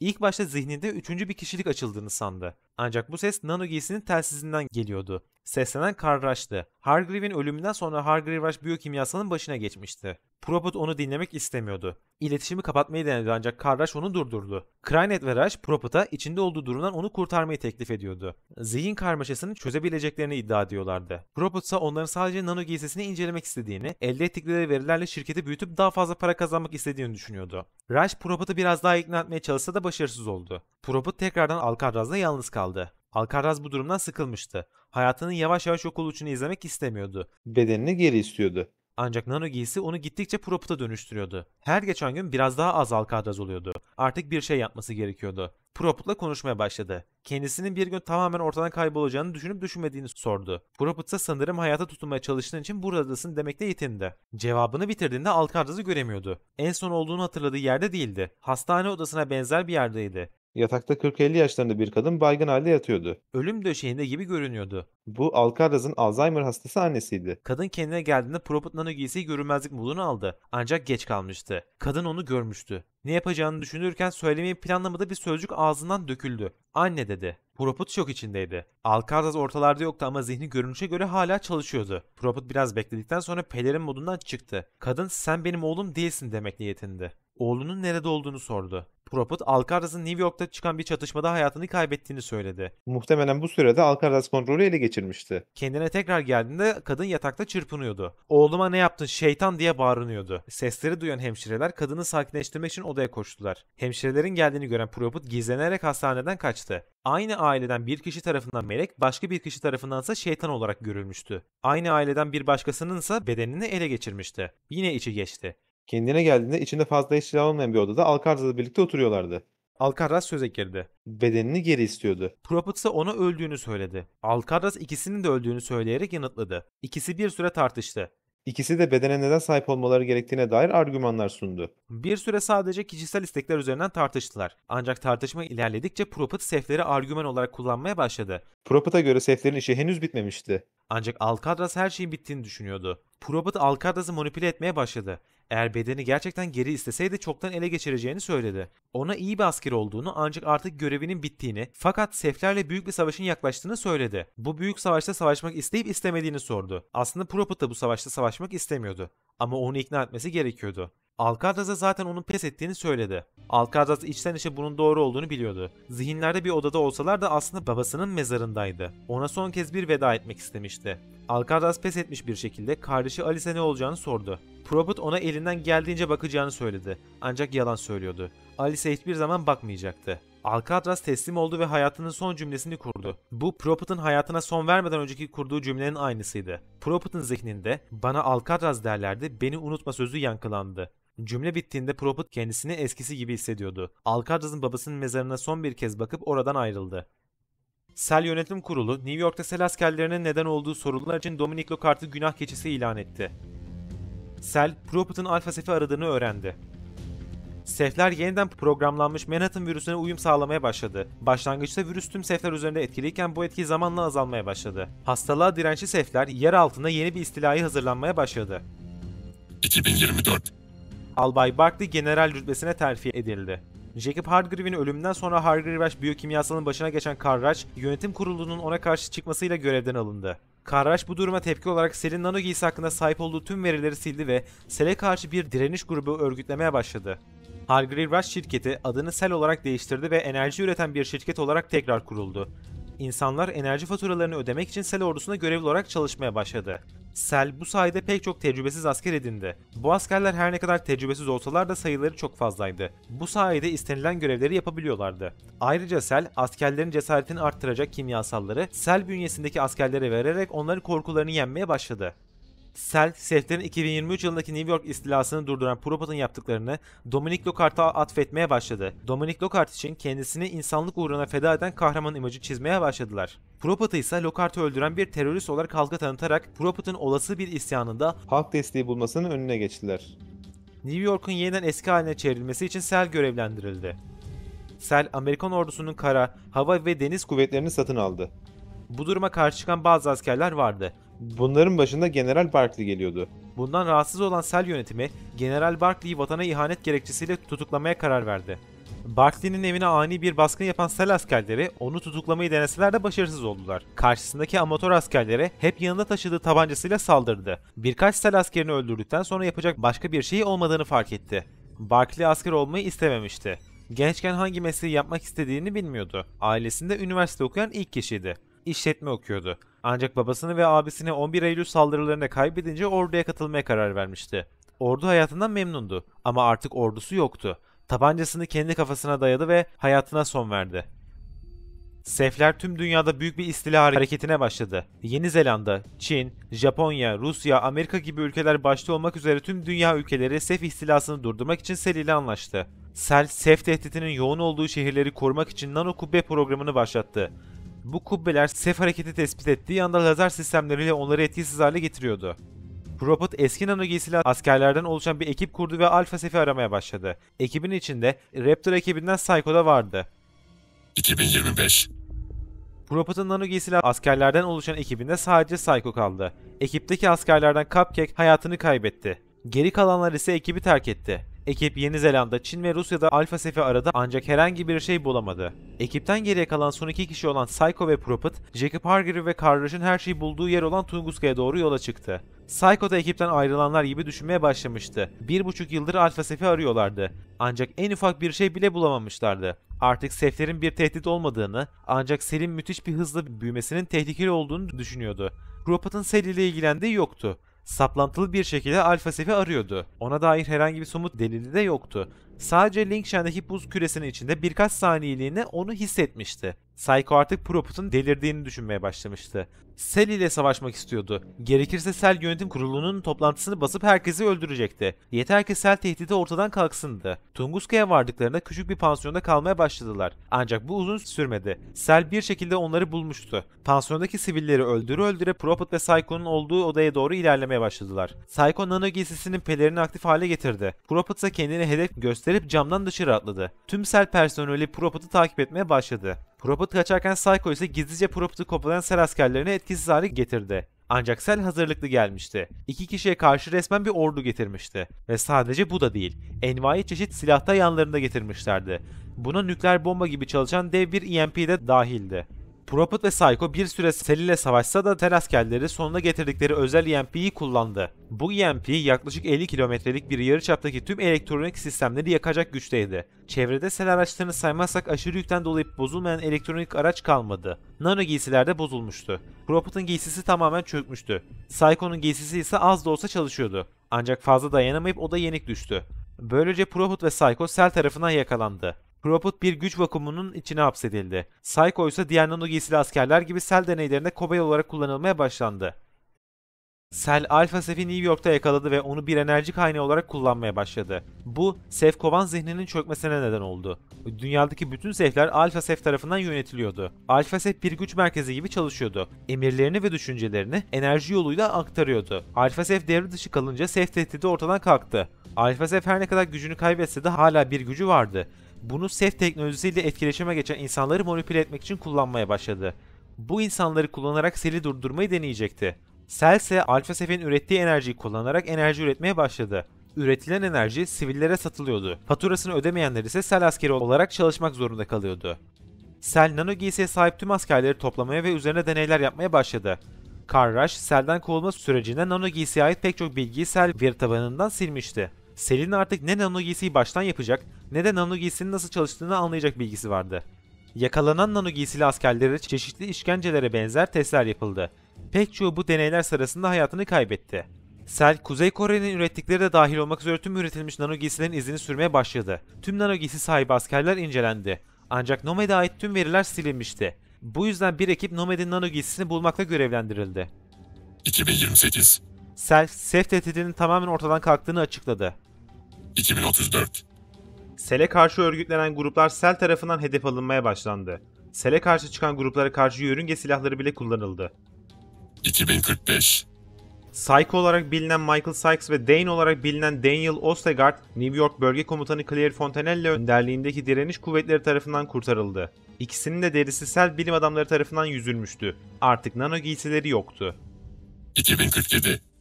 Tara Strickland senatör oldu. Yetkilerini kullanarak bir soruşturma başlattı. Nathan Gold'a ve nano giysili askerlerin neler olduğunu mahkemede sorguladığında mahkemeden atıldı. Cell'in elindeki tüm nano giysili askerler ya kaçırıldı ya da hayatını kaybetti. Bu yüzden Cell nano giysi araştırmalarına devam edememeye başladı. Son çare olarak 22 yıldır bir güç vakumu içerisinde hapsedilen Prophet'ı uyandırıp onun giysisi üzerine testler yapmak için hazırlanmaya başladılar. 29 Kasım günü Prophet uyandırılacak ve üzerinde deneyler yapılmaya başlanacaktı. Bunun istihbaratını alan direniş birlikleri Prophet'ı kurtarmak için bir operasyona başladı. Karl Rush, Prophet'ı son umut olarak görüyordu. Kurucusu olduğu direniş grubuna Prophet'ı kurtarması için emir verdi. 29 Kasım 2047. Yeni günün ilk saatlerinde direniş birlikleri Cell karargahına sızdı. Bugün Prophet'ın uyandırılacağı gün olduğu için Cell herhangi bir aksilik yaşanmasını istemiyordu. Geceden devriyeye başlamışlardı. Karargahın üstünde helikopterler cirit atıyordu. Her yeri gözlüyorlardı. Direniş birlikleri gizlice ilerlemeye başladı. Ses çıkarmadan karşılarına çıkan Cell birimlerini etkisiz hale getirdiler ve gizlice Prophet'ın tutulduğu güç vakumuna ulaştılar. Güç vakumunu devre dışı bırakıp Prophet'ı uyandırdılar. Prophet geçirdiği 22 yılın farkında değildi. Uyandığı anda kendisini Tunguska'da Cell askerleriyle olan çatışmasında sandı. Bir şekilde kaçma imkanı bulduğunu düşünüyordu. Cell askeri sandığı direniş askerini boğazından tuttu ve onu boğmaya başladı. Bunu gören Psycho onu durdurmaya çalıştı. Prophet, Psycho'nun nano giysisi olmadığını görünce nano giysiye ne olduğunu sordu. Psycho kısaca Cell'in nano giysili askerleri yaptıklarını, Prophet'ın son nano giysili asker olduğunu anlattı ve ona tabancasını verdi. Sessizce Cell karargahının içinde ilerlemeye başladılar. Bu sırada Psycho olanları anlatmaya devam etti. Psycho büyük bir savaşın başlayacağından bahsediyordu. Prophet bu savaşın Alpha Ceph ile ilgili olduğunu sansa da Psycho ona sinirli bir şekilde karşı çıktı. Prophet hala Cell'in ne kadar büyük bir tehdit olduğunu farkında değildi. Ama şimdi tartışmaya zamanları yoktu. Önce Cell karargahından çıkmaları gerekiyordu. Olabildiğince gizli bir şekilde Cell karargahında ilerlemeye başladılar. Prophet nano giysi sayesinde sessiz ve görünmez bir şekilde ilerleyip Psycho'ya yol açıyordu. Karşılarında çok fazla Cell askeri vardı. Silahlarına her ne kadar susturucu takmış olsalar da yeterli değildi. Bir ateşleme durumunda Cell askerleri üzerlerine binerdi. Bunu önceden düşünüp önlemini almışlardı. İnsanlık tarihinin en ilkel savaş aletlerinden birini modernize etmişlerdi. Bir yayı nanoteknolojiyle tekrardan yapmışlardı. Bu sayede gizlice Cell karargahında ilerlemeye başladılar. Ne kadar sessiz olsalar da Cell karargahından gizlice kaçamazlardı. Bir birlik kendini feda edip Cell kuvvetlerinin dikkatini dağıtmıştı. Prophet ve Psycho ilerlerken Psycho bilgisayar odasında bir dosya buldu. İçinde nano giysisinin derisinden yüzüldüğü anın videosu vardı. Çektiği acılar hala aklındaydı. Canlı canlı derisini yüzmüşlerdi. Pek çok nano giysili asker bu acıya dayanamayıp ölmüştü. Psycho hayatta kalan azınlıktaydı ve intikam istiyordu. Ona o işkenceleri yapan kişiyi bulup intikamını almak istiyordu. Bir süre kendisini kaybeden Psycho kendini toparlayınca ilerlemeye devam ettiler. Yolda ilerlerken Psycho Prophet'a yıllardır olan şeyleri anlatmaya başladı. Cell'in enerji satmaya başlamasını, insanların faturalarını ödemek için Cell askeri olarak çalışmak zorunda kalması gibi süreçleri anlattı. İlerlerken bir pencerenin önüne geldiler. Kapalıydı. Psycho duvardaki tuşları kurcalayarak pencereyi açtı. Prophet'ın karşısında terk edilmiş, ormana dönüşmüş bir şehir vardı. Psycho'nun deyimiyle burası New York versiyon 2.0'dı. Cell koca metropolü bir ormana dönüştürmüştü. Artık uçsuz bucaksız bir gökyüzü bile yoktu. Gökyüzü bir kubbeyle kısıtlanmıştı. Nano giysi şehri gördüğü anda değişik sinyaller almaya başlamıştı. Şehir bir enerji yayıyordu ve nano giysi bu enerjiyi tanıyordu. Psycho anlatmaya devam etti. Burası Sel'in ana enerji üretim merkeziydi. Sel, sefleri enerji üretmek için kullanıyordu. Şehrin merkezinde bir sef makinesi vardı. Bu makine Sel'in tüm enerji üretiminden sorumluydu. Eğer bu makine kapatılırsa Sel kısa süre içerisinde çökebilirdi. Psycho ve içerisinde olduğu direniş birliğinin hedefi buydu. Ancak Prophet ikna olmamıştı. Her şey bu kadar basit olamazdı. Her şeyin Alpha Sef'le ilgili olması gerektiğini düşünüyordu. Ancak Psycho'ya göre yanılıyordu. Psycho, Sef tehdidinin yıllar önce bittiğini, artık arka sokaklarda gezen başıboş 3-5 Sef dışında hiçbir şey kalmadığını söylüyordu. Prophet takıntılı biri gibi davranıyordu. Hala Alpha Sef ile ilgili bir ipucu arıyordu. Psycho bu duruma sinirlendi. 2025 yılında hakkında hiçbir somut delil olmayan bir uzaylıyı aramak yerine Sel'i durdurmakla uğraşsalardı her şey farklı olabilirdi. O işkenceleri görmek zorunda kalmazdı ve en önemlisi bir nano giysisi olurdu. İçten içe Prophet'ı hala bir nano giysisi olduğu için kıskanıyordu. Nano giysiyi kaybetmesinden dolayı biraz da Prophet'ı suçluyordu. Artık Sel'in durdurulmasını istiyordu. Prophet da artık Sel'in durdurulması gerektiğini düşünmeye başlamıştı. Ama bu iki düşünce arasında büyük bir fark vardı. Psycho intikam istiyordu. Prophet ise Sel'in Sefler ile ilgili tehlikeli şeyler üzerine çalıştığını, böyle giderse dünyaya kalıcı zarar verebileceklerini düşündüğü için Sel'i durdurmak istiyordu. Ortak bir paydada buluşan ikili ilerlemeye devam etti. Bir süre sonra New York Bölge Komutanı Claire Fontanelli ile iletişime geçtiler. Psycho kısaca durumu özetledi. Henüz Sel'in bölgesinden çıkmamışlardı. Sadece karargahın bitimine gelmişlerdi. Karargah New York kubbesine açılıyordu ve burada da Sel'in borusu ötüyordu. Sefleri durdurmak için pek çok silah kulesi inşa edilmişti. Bu kuleler Sel'in düşman olarak tanımladığı her şeyi anında havaya uçuruyordu. Claire'ın söylediğine göre işler Sel içinde karışıktı. Direniş birliklerinin yaptığı saldırı yüzünden Sel organizasyonu çökmüştü. Claire'ın tahminine göre yaklaşık 30 dakika içinde Sel askerleri tekrardan organize olup Prophet ve Psycho'nun arkasından gelecekti. Bu yüzden hızlıca oradan ayrılmaları gerekiyordu. İlerlemeye başladılar. Önlerine kilitli bir kapı çıktı. Nano giysisi olan biri için en ufak engel teşkil etmiyordu ancak normal bir insan bunu açamazdı. Psycho eski günlerine duyduğu özlem ve nano giysiyi kaybetmenin verdiği öfkeyle kilidi tekmeledi. Kilidi kıramadı ancak dizini yaraladı. Dizi aksıyordu ancak bozuntuya vermedi. Eski gücünde olmadığı bilinsin istemiyordu. Prophet kapıyı kırdı ve ilerlemeye başladılar. Kubbedeki silah kulelerinden birinin menziline girmişlerdi. Psycho etraftan dolaşmayı önerdi ancak etraftan geçebilmek için yeterli zamanları yoktu. Prophet'ın aklında başka bir plan vardı. Doğrudan alanın içinden geçmeyi öneriyordu. Nano giysili bir asker için zor bir görev değildi. Ancak Psycho'nun nano giysisi yoktu. Bunu duyunca çılgına döndü. Kendini silahlara hedef gösterip bağırmaya başladı. Prophet son anda onu çekmeseydi havaya uçacaktı. Öfkeliydi. Artık eskisi kadar güçlü değildi. Hala bir insandı. Oysa Prophet'ın hala bir insan olup olmadığını Prophet bile bilmiyordu. Sefleri durdurmak için insanlığını bile feda etmişti. Ancak şimdi karşısındaki kişi insanlıktan dem vuruyordu. Prophet da sinirlendi. Ancak alttan aldı. Psycho'ya planını sordu. Psycho sinirli ve bıkkın bir sesle anlatmaya başladı. Kendisi etrafı gözleyerek Prophet'a destek olacaktı. Prophet ise silah kulesinin menzilinde kuleyi patlatacak bir mühimmat arayacaktı. Sonra ise ikisi de alandan geçecekti. Prophet bunu duyunca şaşırdı. Tanıdığı Psycho asla geride kalmayı kabul etmezdi. Bunu dile getirdi ama Psycho sadece her şey değişir demekle yetindi. Psycho'nun direktifleriyle ilerleyen Prophet bir uzaylı silah buldu. İnsanlar yıllardır uğraşsa da Seflere ait silahları kullanabilmeyi başaramamıştı. Psycho silahın işe yaramayacağını söyledi ancak unuttuğu bir şey vardı. Prophet o silahları kullanabiliyordu. Belki nano giysi sayesindeydi, belki artık bir sefe dönüşmüştü. Sebebi ne olursa olsun o silahları kullanabiliyordu. Hemen kuleyi patlattı. Kuleyi patlattıktan sonra Psycho ile birlikte hızlıca alandan uzaklaşmaya başladılar. Ancak kulenin havaya uçtuğunu gören Sel askerleri olay yerine gelmişti. Gizlice Sel askerlerini indirip ilerlemeye devam ettiler. Göz önünde olurlarsa Sel askerleri tepelerine binerdi. Bu yüzden kanalizasyondan ilerlemeye karar verdiler. Prophet hemen kanalizasyona atladı. Ancak Psycho bu kadar hızlı hareket edemiyordu. Bu kadar yüksekten atlayamazdı. Biri halat yardımıyla kendini aşağıya doğru saldı. Kanalizasyonda ilerlerken Psycho, insanların Prophet hakkında ne düşündüklerini anlatmaya başladı. Birçoğu artık Prophet'ın insan olup olmadığından bile emin değildi. Prophet Psycho'nun ne düşündüğünü sordu ama Psycho kaçamak bir yanıt verdi. Aslında Prophet'la bir sorunu yoktu. Tek sorunu nano giysiyi kaybetmekti. Eski güçlü günlerini özlemi onu çok değiştirmişti. Eski agresif Psycho gitmiş, yerine yaşlı ve aksiyondan uzak yaşayan biri gelmişti. İlerlemeye devam ederken birkaç sefin saldırısına uğradılar. Bu sefler bir hayvandan farksızlardı. Kontrolsüzce savaşıyorlardı. Kolay hedef oluyorlardı. Sel, Alpha Sef'i yakaladığından beri sefler böyleydi. Ancak kimse bunun nedeninin Alpha Sef'in Sel tarafından yakalanması olduğunu bilmiyordu. Sel, Prophet ve Psycho'yu tespit etmişti. Devriyeler halinde onları arıyorlardı. Uzun bir kovalamacadan sonra zorlanarak da olsa Sel'den kurtulmayı başardılar. Direniş karargahına vardıklarında bölge komutanı Claire Fontanelle onları karşıladı. Claire, Psycho'yu gördüğü an boynuna sarıldı. Aralarında bir ilişki vardı. Bugün ikisi için de çok zor geçmişti. Proput'u kurtarma operasyonu sırasında pek çok kişiyi kaybetmişlerdi. Bunların arasında Lingshan'daki Kartal ekibinin eskiden Nano giysiye sahip askerlerinden Dane ve Bandit de vardı. Claire Psycho ile konuşurken Proput'u gördü. Şok olmuştu. Böyle bir şey görmeyi beklemiyordu. Daha önceden Nano giysi görmüştü. Ama Proput'un Nano giysisi bambaşkaydı. Resmen giysi kendini geliştirmişti. Claire, Proput'un hala bir insan olduğundan bile emin değildi. Nano giysinin bir savaş zırhından ibaret olmadığını düşünüyordu. Onun bu bağırışlarını duyan Hargreave Rush'ın kurucularından olan ve sonra kovulup direnişi kuran Karl Rush, Claire'ı sakinleştirmeyi denedi. Sel her geçen gün gücüne güç katarken direniş her geçen gün kan kaybediyordu. Rush, Proput'un aranan kan olduğunu düşünüyordu. Proput sayesinde bir ivme yakalayacaklarına ve bu ivmeyle Sel'i durdurabileceklerine inanıyordu. Son birkaç ayda çok fazla kişi kaybetmişlerdi. Böyle devam ederse direniş diye bir şey kalmayacaktı.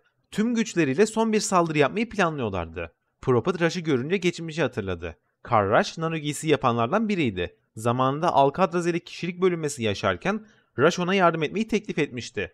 Ancak Proput kabul etmemişti. Yıllar sonra bir araya gelmişlerdi.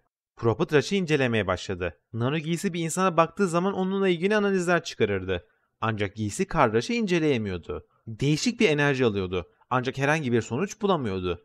Bunun nedenini Rush'a sorduğunda Rush giysiyi yapanın kendisi olduğu için giysinin onu tarayamadığını söyledi. Rush giysiye bir arka kapı ekleyerek giysinin kendisini taramasını engellemişti. Proput fazla uzatmadan konuya devam etti. Bir süredir anlık şeyler görüyordu. Öngörü gibi şeyler. Bunları anlatmaya başladı ancak zaman yoktu. Direnişin uygulaması gereken bir plan vardı. Sel'in savunma sistemlerinin enerjisi Sef makinesinden yani Sistem X'ten gelmiyordu. Bunun yerine bir hidroelektrik santrali kullanıyorlardı. Bu santrali patlatıp Sel savunmalarının çökmesine neden olacaklardı. Sel savunmaları çökünce Sistem X adı verilen Sef makinesini kapatabileceklerdi.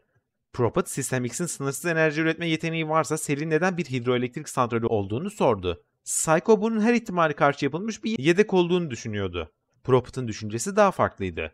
O, Sel'in Sistem X'ten korktuğunu, Sistem X'e bir şey olursa savunma sistemlerini çalıştırabilmek için bir hidroelektrik santrali yapıldığını düşünüyordu. Psycho ve Proput hidroelektrik santralinin barajını patlatmak için direniş karargahından ayrıldı. Proput direnişe tam olarak güvenmiyordu. Psycho'ya buradaki insanları güvenip güvenemeyeceğini sordu. Claire resmen Nano giysiden nefret ediyordu. Onu gördüğü an şok olmuştu. Ayrıca ona ismiyle seslenmiyordu. Ona donanım diyordu. Psycho 2 yıl önce Claire ve ekibinin deri yüzme laboratuvarından kendisini kurtardığını anlattı. Psycho Claire'a minnet duyuyordu. Muhtemelen o olmasa çoktan ölmüştü. Onu sevmesinin nedeni belki de buydu. Konuşa konuşa ilerlemeye devam ettiler. Psycho takıntılı bir şekilde karşılarına çıkan engellerle uğraşıyordu. Bir odaya vardılar. Aşağıya inmeleri gerekiyordu. Merdiven kullanılamaz haldeydi. Bu yüzden asansörü kullanmaları gerekiyordu ancak asansörün kapısı sıkışmıştı. Proput serçe parmağıyla bile bunu açabilirdi. Çünkü nano giysisi vardı. Ancak Psycho hala tükenmediğini ispatlamak istercesine zar zor uğraşarak sıkışan kapıyı açmaya çalışıyordu. Proput yardım etmeyi teklif etti ancak Psycho kabul etmedi. Bir süre uğraştıktan sonra kapıyı açtı. Baraja vardıklarında Psycho uzaktan istihbarat desteği sağlarken Proput çatışmaya girdi. Gerekli yerlere patlayıcılar yerleştirip barajı patlattılar. Proput barajın patlamasıyla sulara kapıldı. Kendini sudan kurtardıktan sonra Claire ile iletişime geçti. Claire hala ona donanım diye sesleniyordu.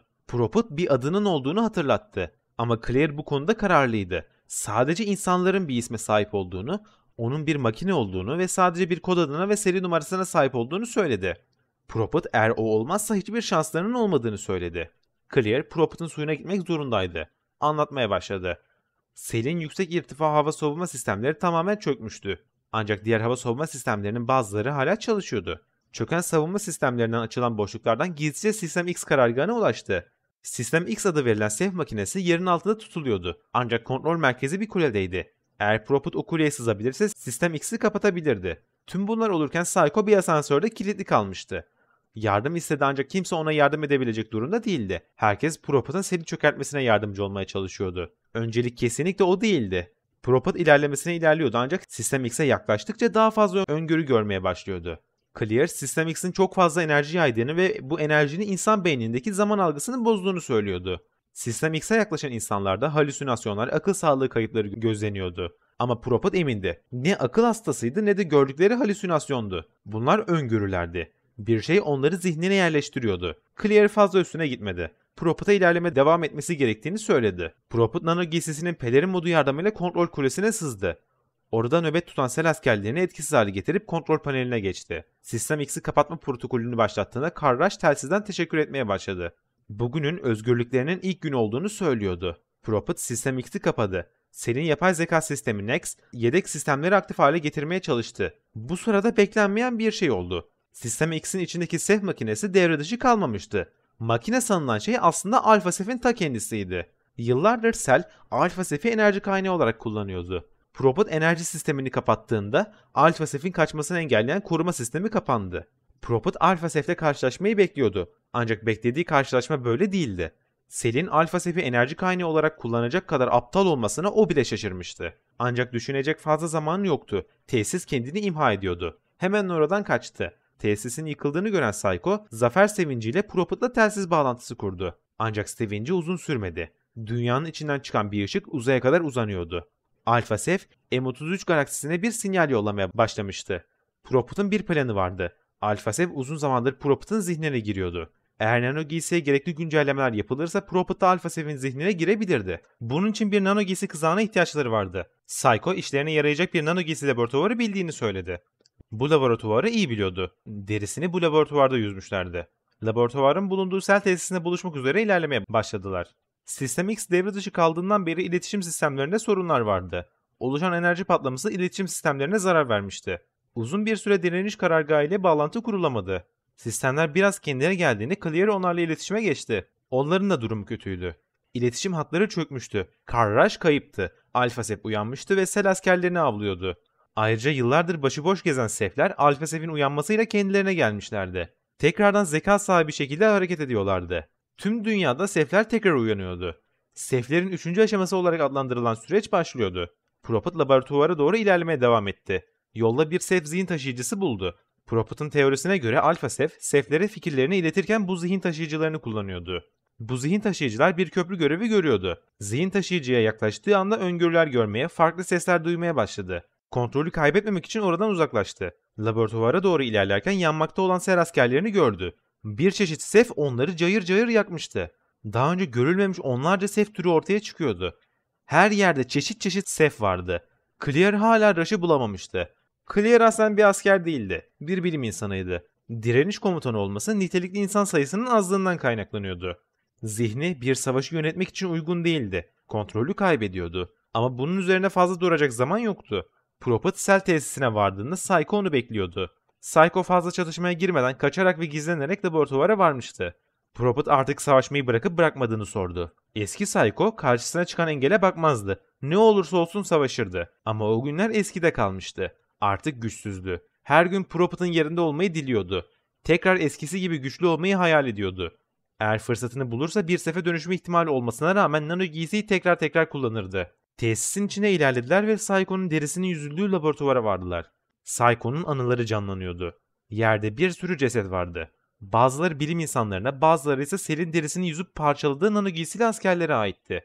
Psycho sinirden çılgına dönmüştü. Bağırınıyor, etrafı yıkıyordu. Kendisi de o ölülerden biri olabilirdi. Ama o ölmemişti. İşkencelere dayanmış, en sonundaysa Clear ve ekibi tarafından kurtarılmıştı. Psycho'nun tek isteği derisini yüzen kişiyi bulup ondan intikam almaktı. O kişi Psycho'nun her şeyini elinden almıştı. Artık Psycho değildi. Bu isim sadece eskiden kalma birkaç kişinin kullandığı bir takma addan ibaretti. Artık Michael Sykes'tı. Sadece bir insandı. Proput onu biraz sakinleştirmeyi denedi. Psycho sakinleşince giysi modifiyesine başladılar. Proput nano giysideki nanit korumasını kaldırmak istiyordu. Nano giysinin içinde nanit adı verilen nano ölçüde robotlar vardı.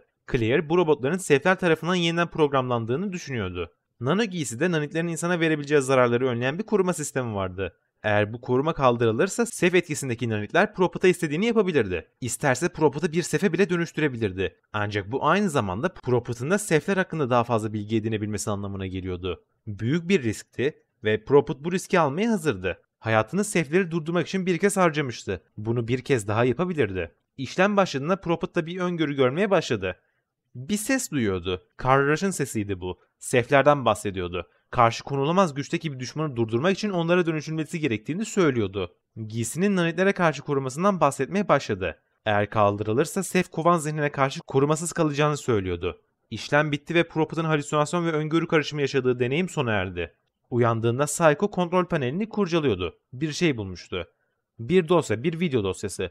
Videoyu açmaması için Claire onu uyardı ancak Psycho durmadı ve videoyu açtı. Videoda Claire vardı. Bir sel laboratuvarındaydı. Arkadan çığlık sesleri yükseliyordu. Bu ses kendi sesiydi. Kendisine işkence yapılan zamanlardan kalma bir kayıttı. Claire, ona bu işkenceyi yapan kişiydi. Psycho ihanete uğramış hissediyordu. Sevdiği kadın ona tüm bu işkenceleri yapan kişiydi. Claire söze girdi.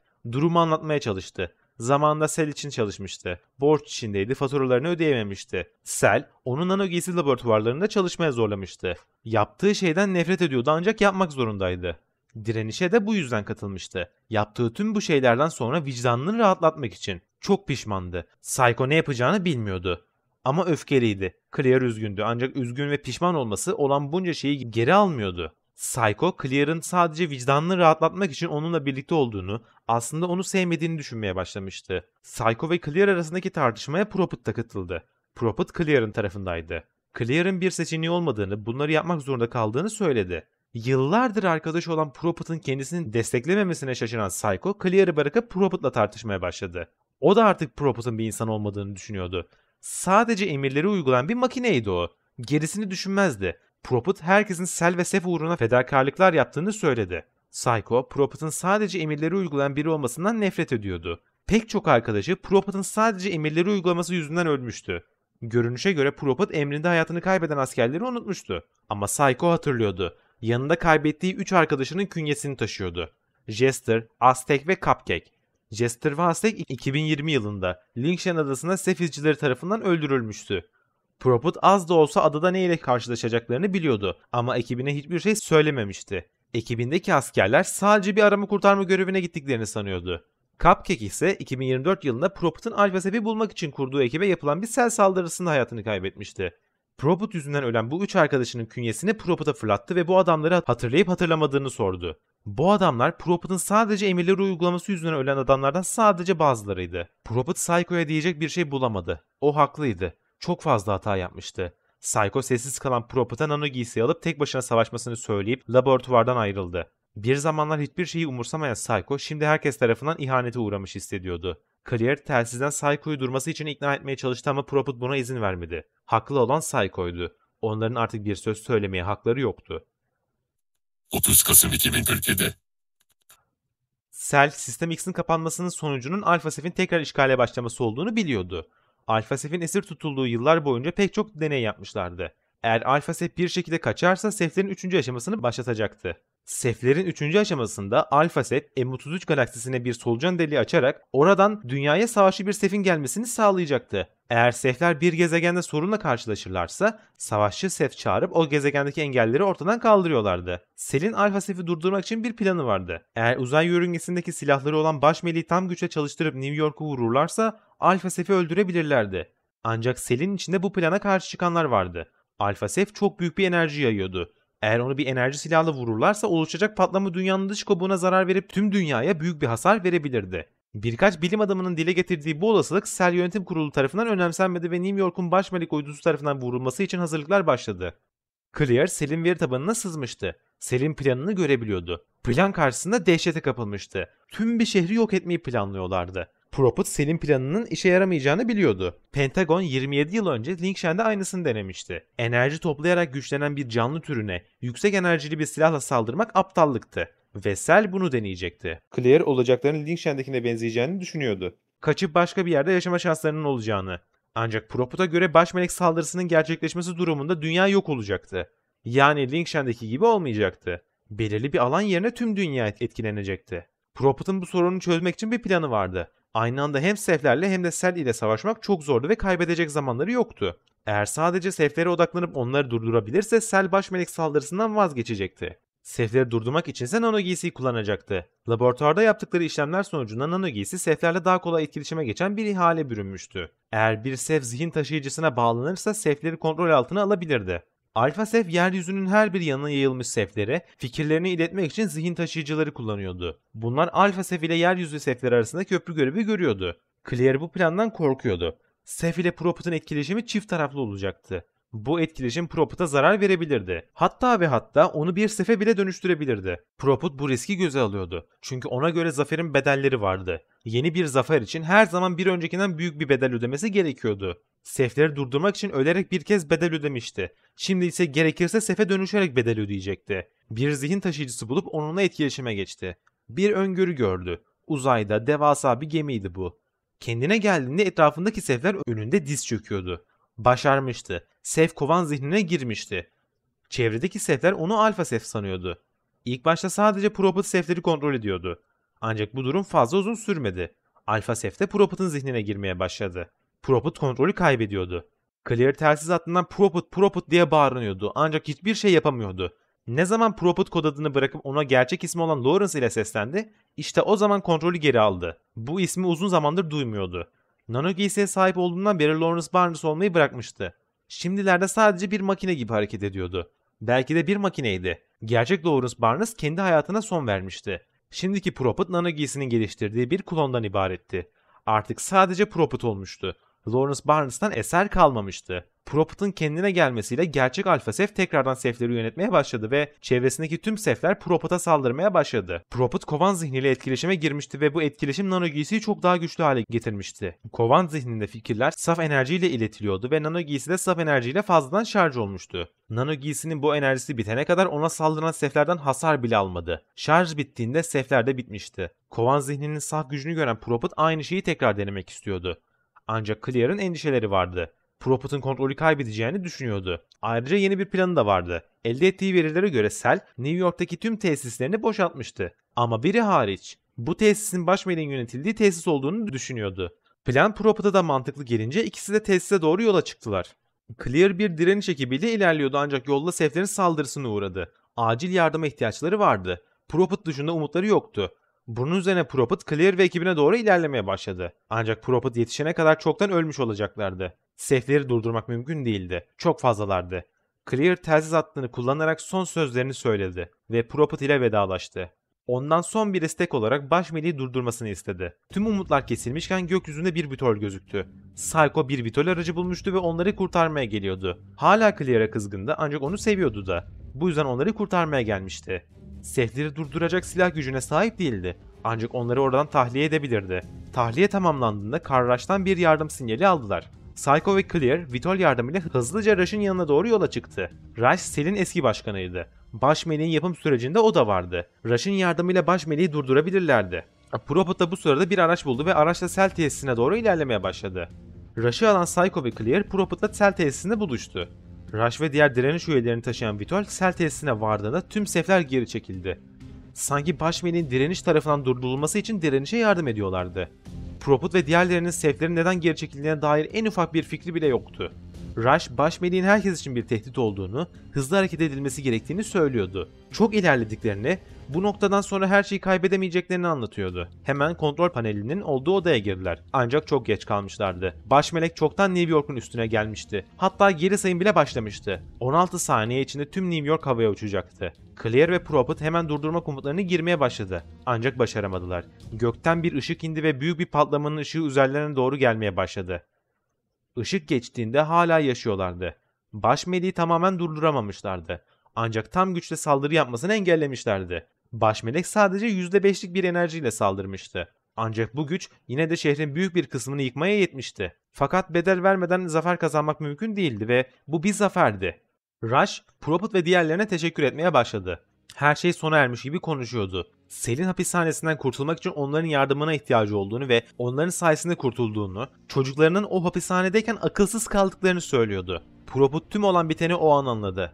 Rush 140-150 yıldır yaşıyordu. 1919'da Tunguska'da Jacob Hargreave ile beraberdi. Yıl 2047 idi ve hala yaşamaya devam ediyordu. Hargreave yaşamını uzatmak için beynini bir bilgisayara bağlamıştı. Rush bunu kabul etmemişti ve ortadan kaybolmuştu. Ancak Rush'ın da kendi yaşam uzatma planı vardı ve bunun için bilgisayara bağlanmasına ihtiyacı yoktu. Tunguska'da Sef kalıntılarından çaldıkları teknolojiyi kullanarak yaşamını uzatmıştı. Alpha Sef Cell tarafından yakalandığında azalan gücünü Rush'ın nanoteknolojisiyle güçlendirilmiş zihnini manipüle etmek için harcamıştı.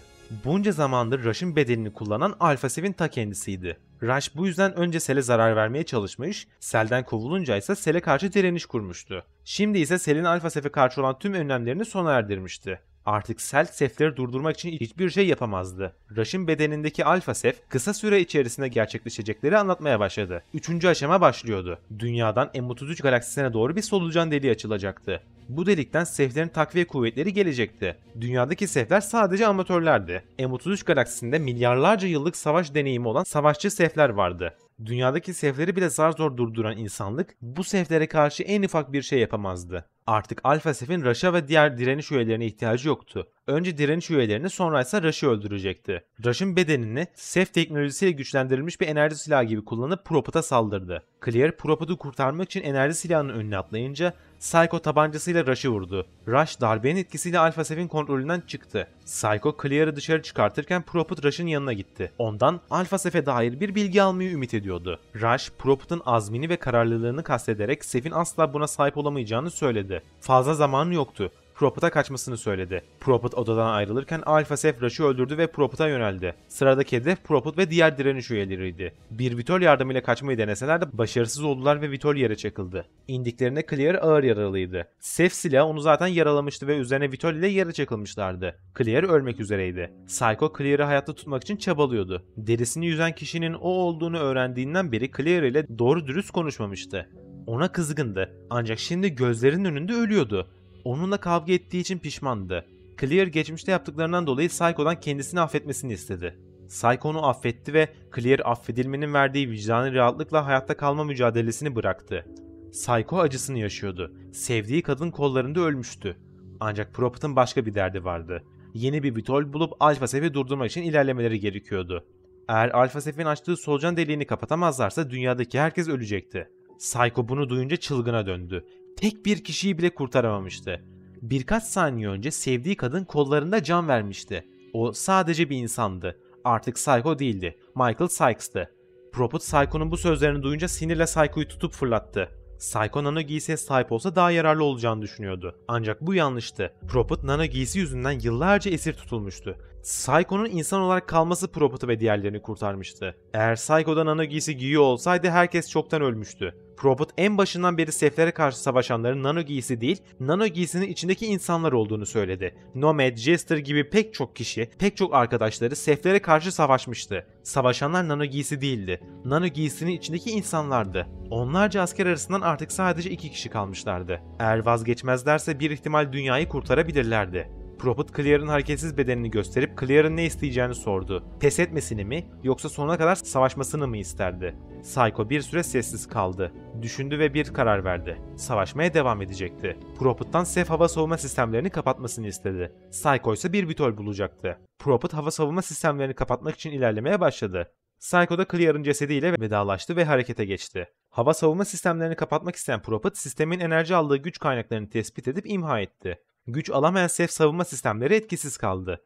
Bu sırada Psycho bir Vitol bulmuştu. Birlikte Vitol'e bindiler ve ilerlemeye başladılar. Sef hava savunma sistemleri devre dışı kalmıştı. Ancak Sef savaş gemileri hala havadaydı. Psycho Vitol'ü uçururken Prophet Vitol'ün silahlarını kullanarak gemilerden kurtulmaya çalışıyordu. Yakınlarındaki Sef savaş gemilerini etkisiz hale getirmeyi başarsalar da Vitol'leri çok hasar aldığından dolayı yere inmeleri gerekiyordu.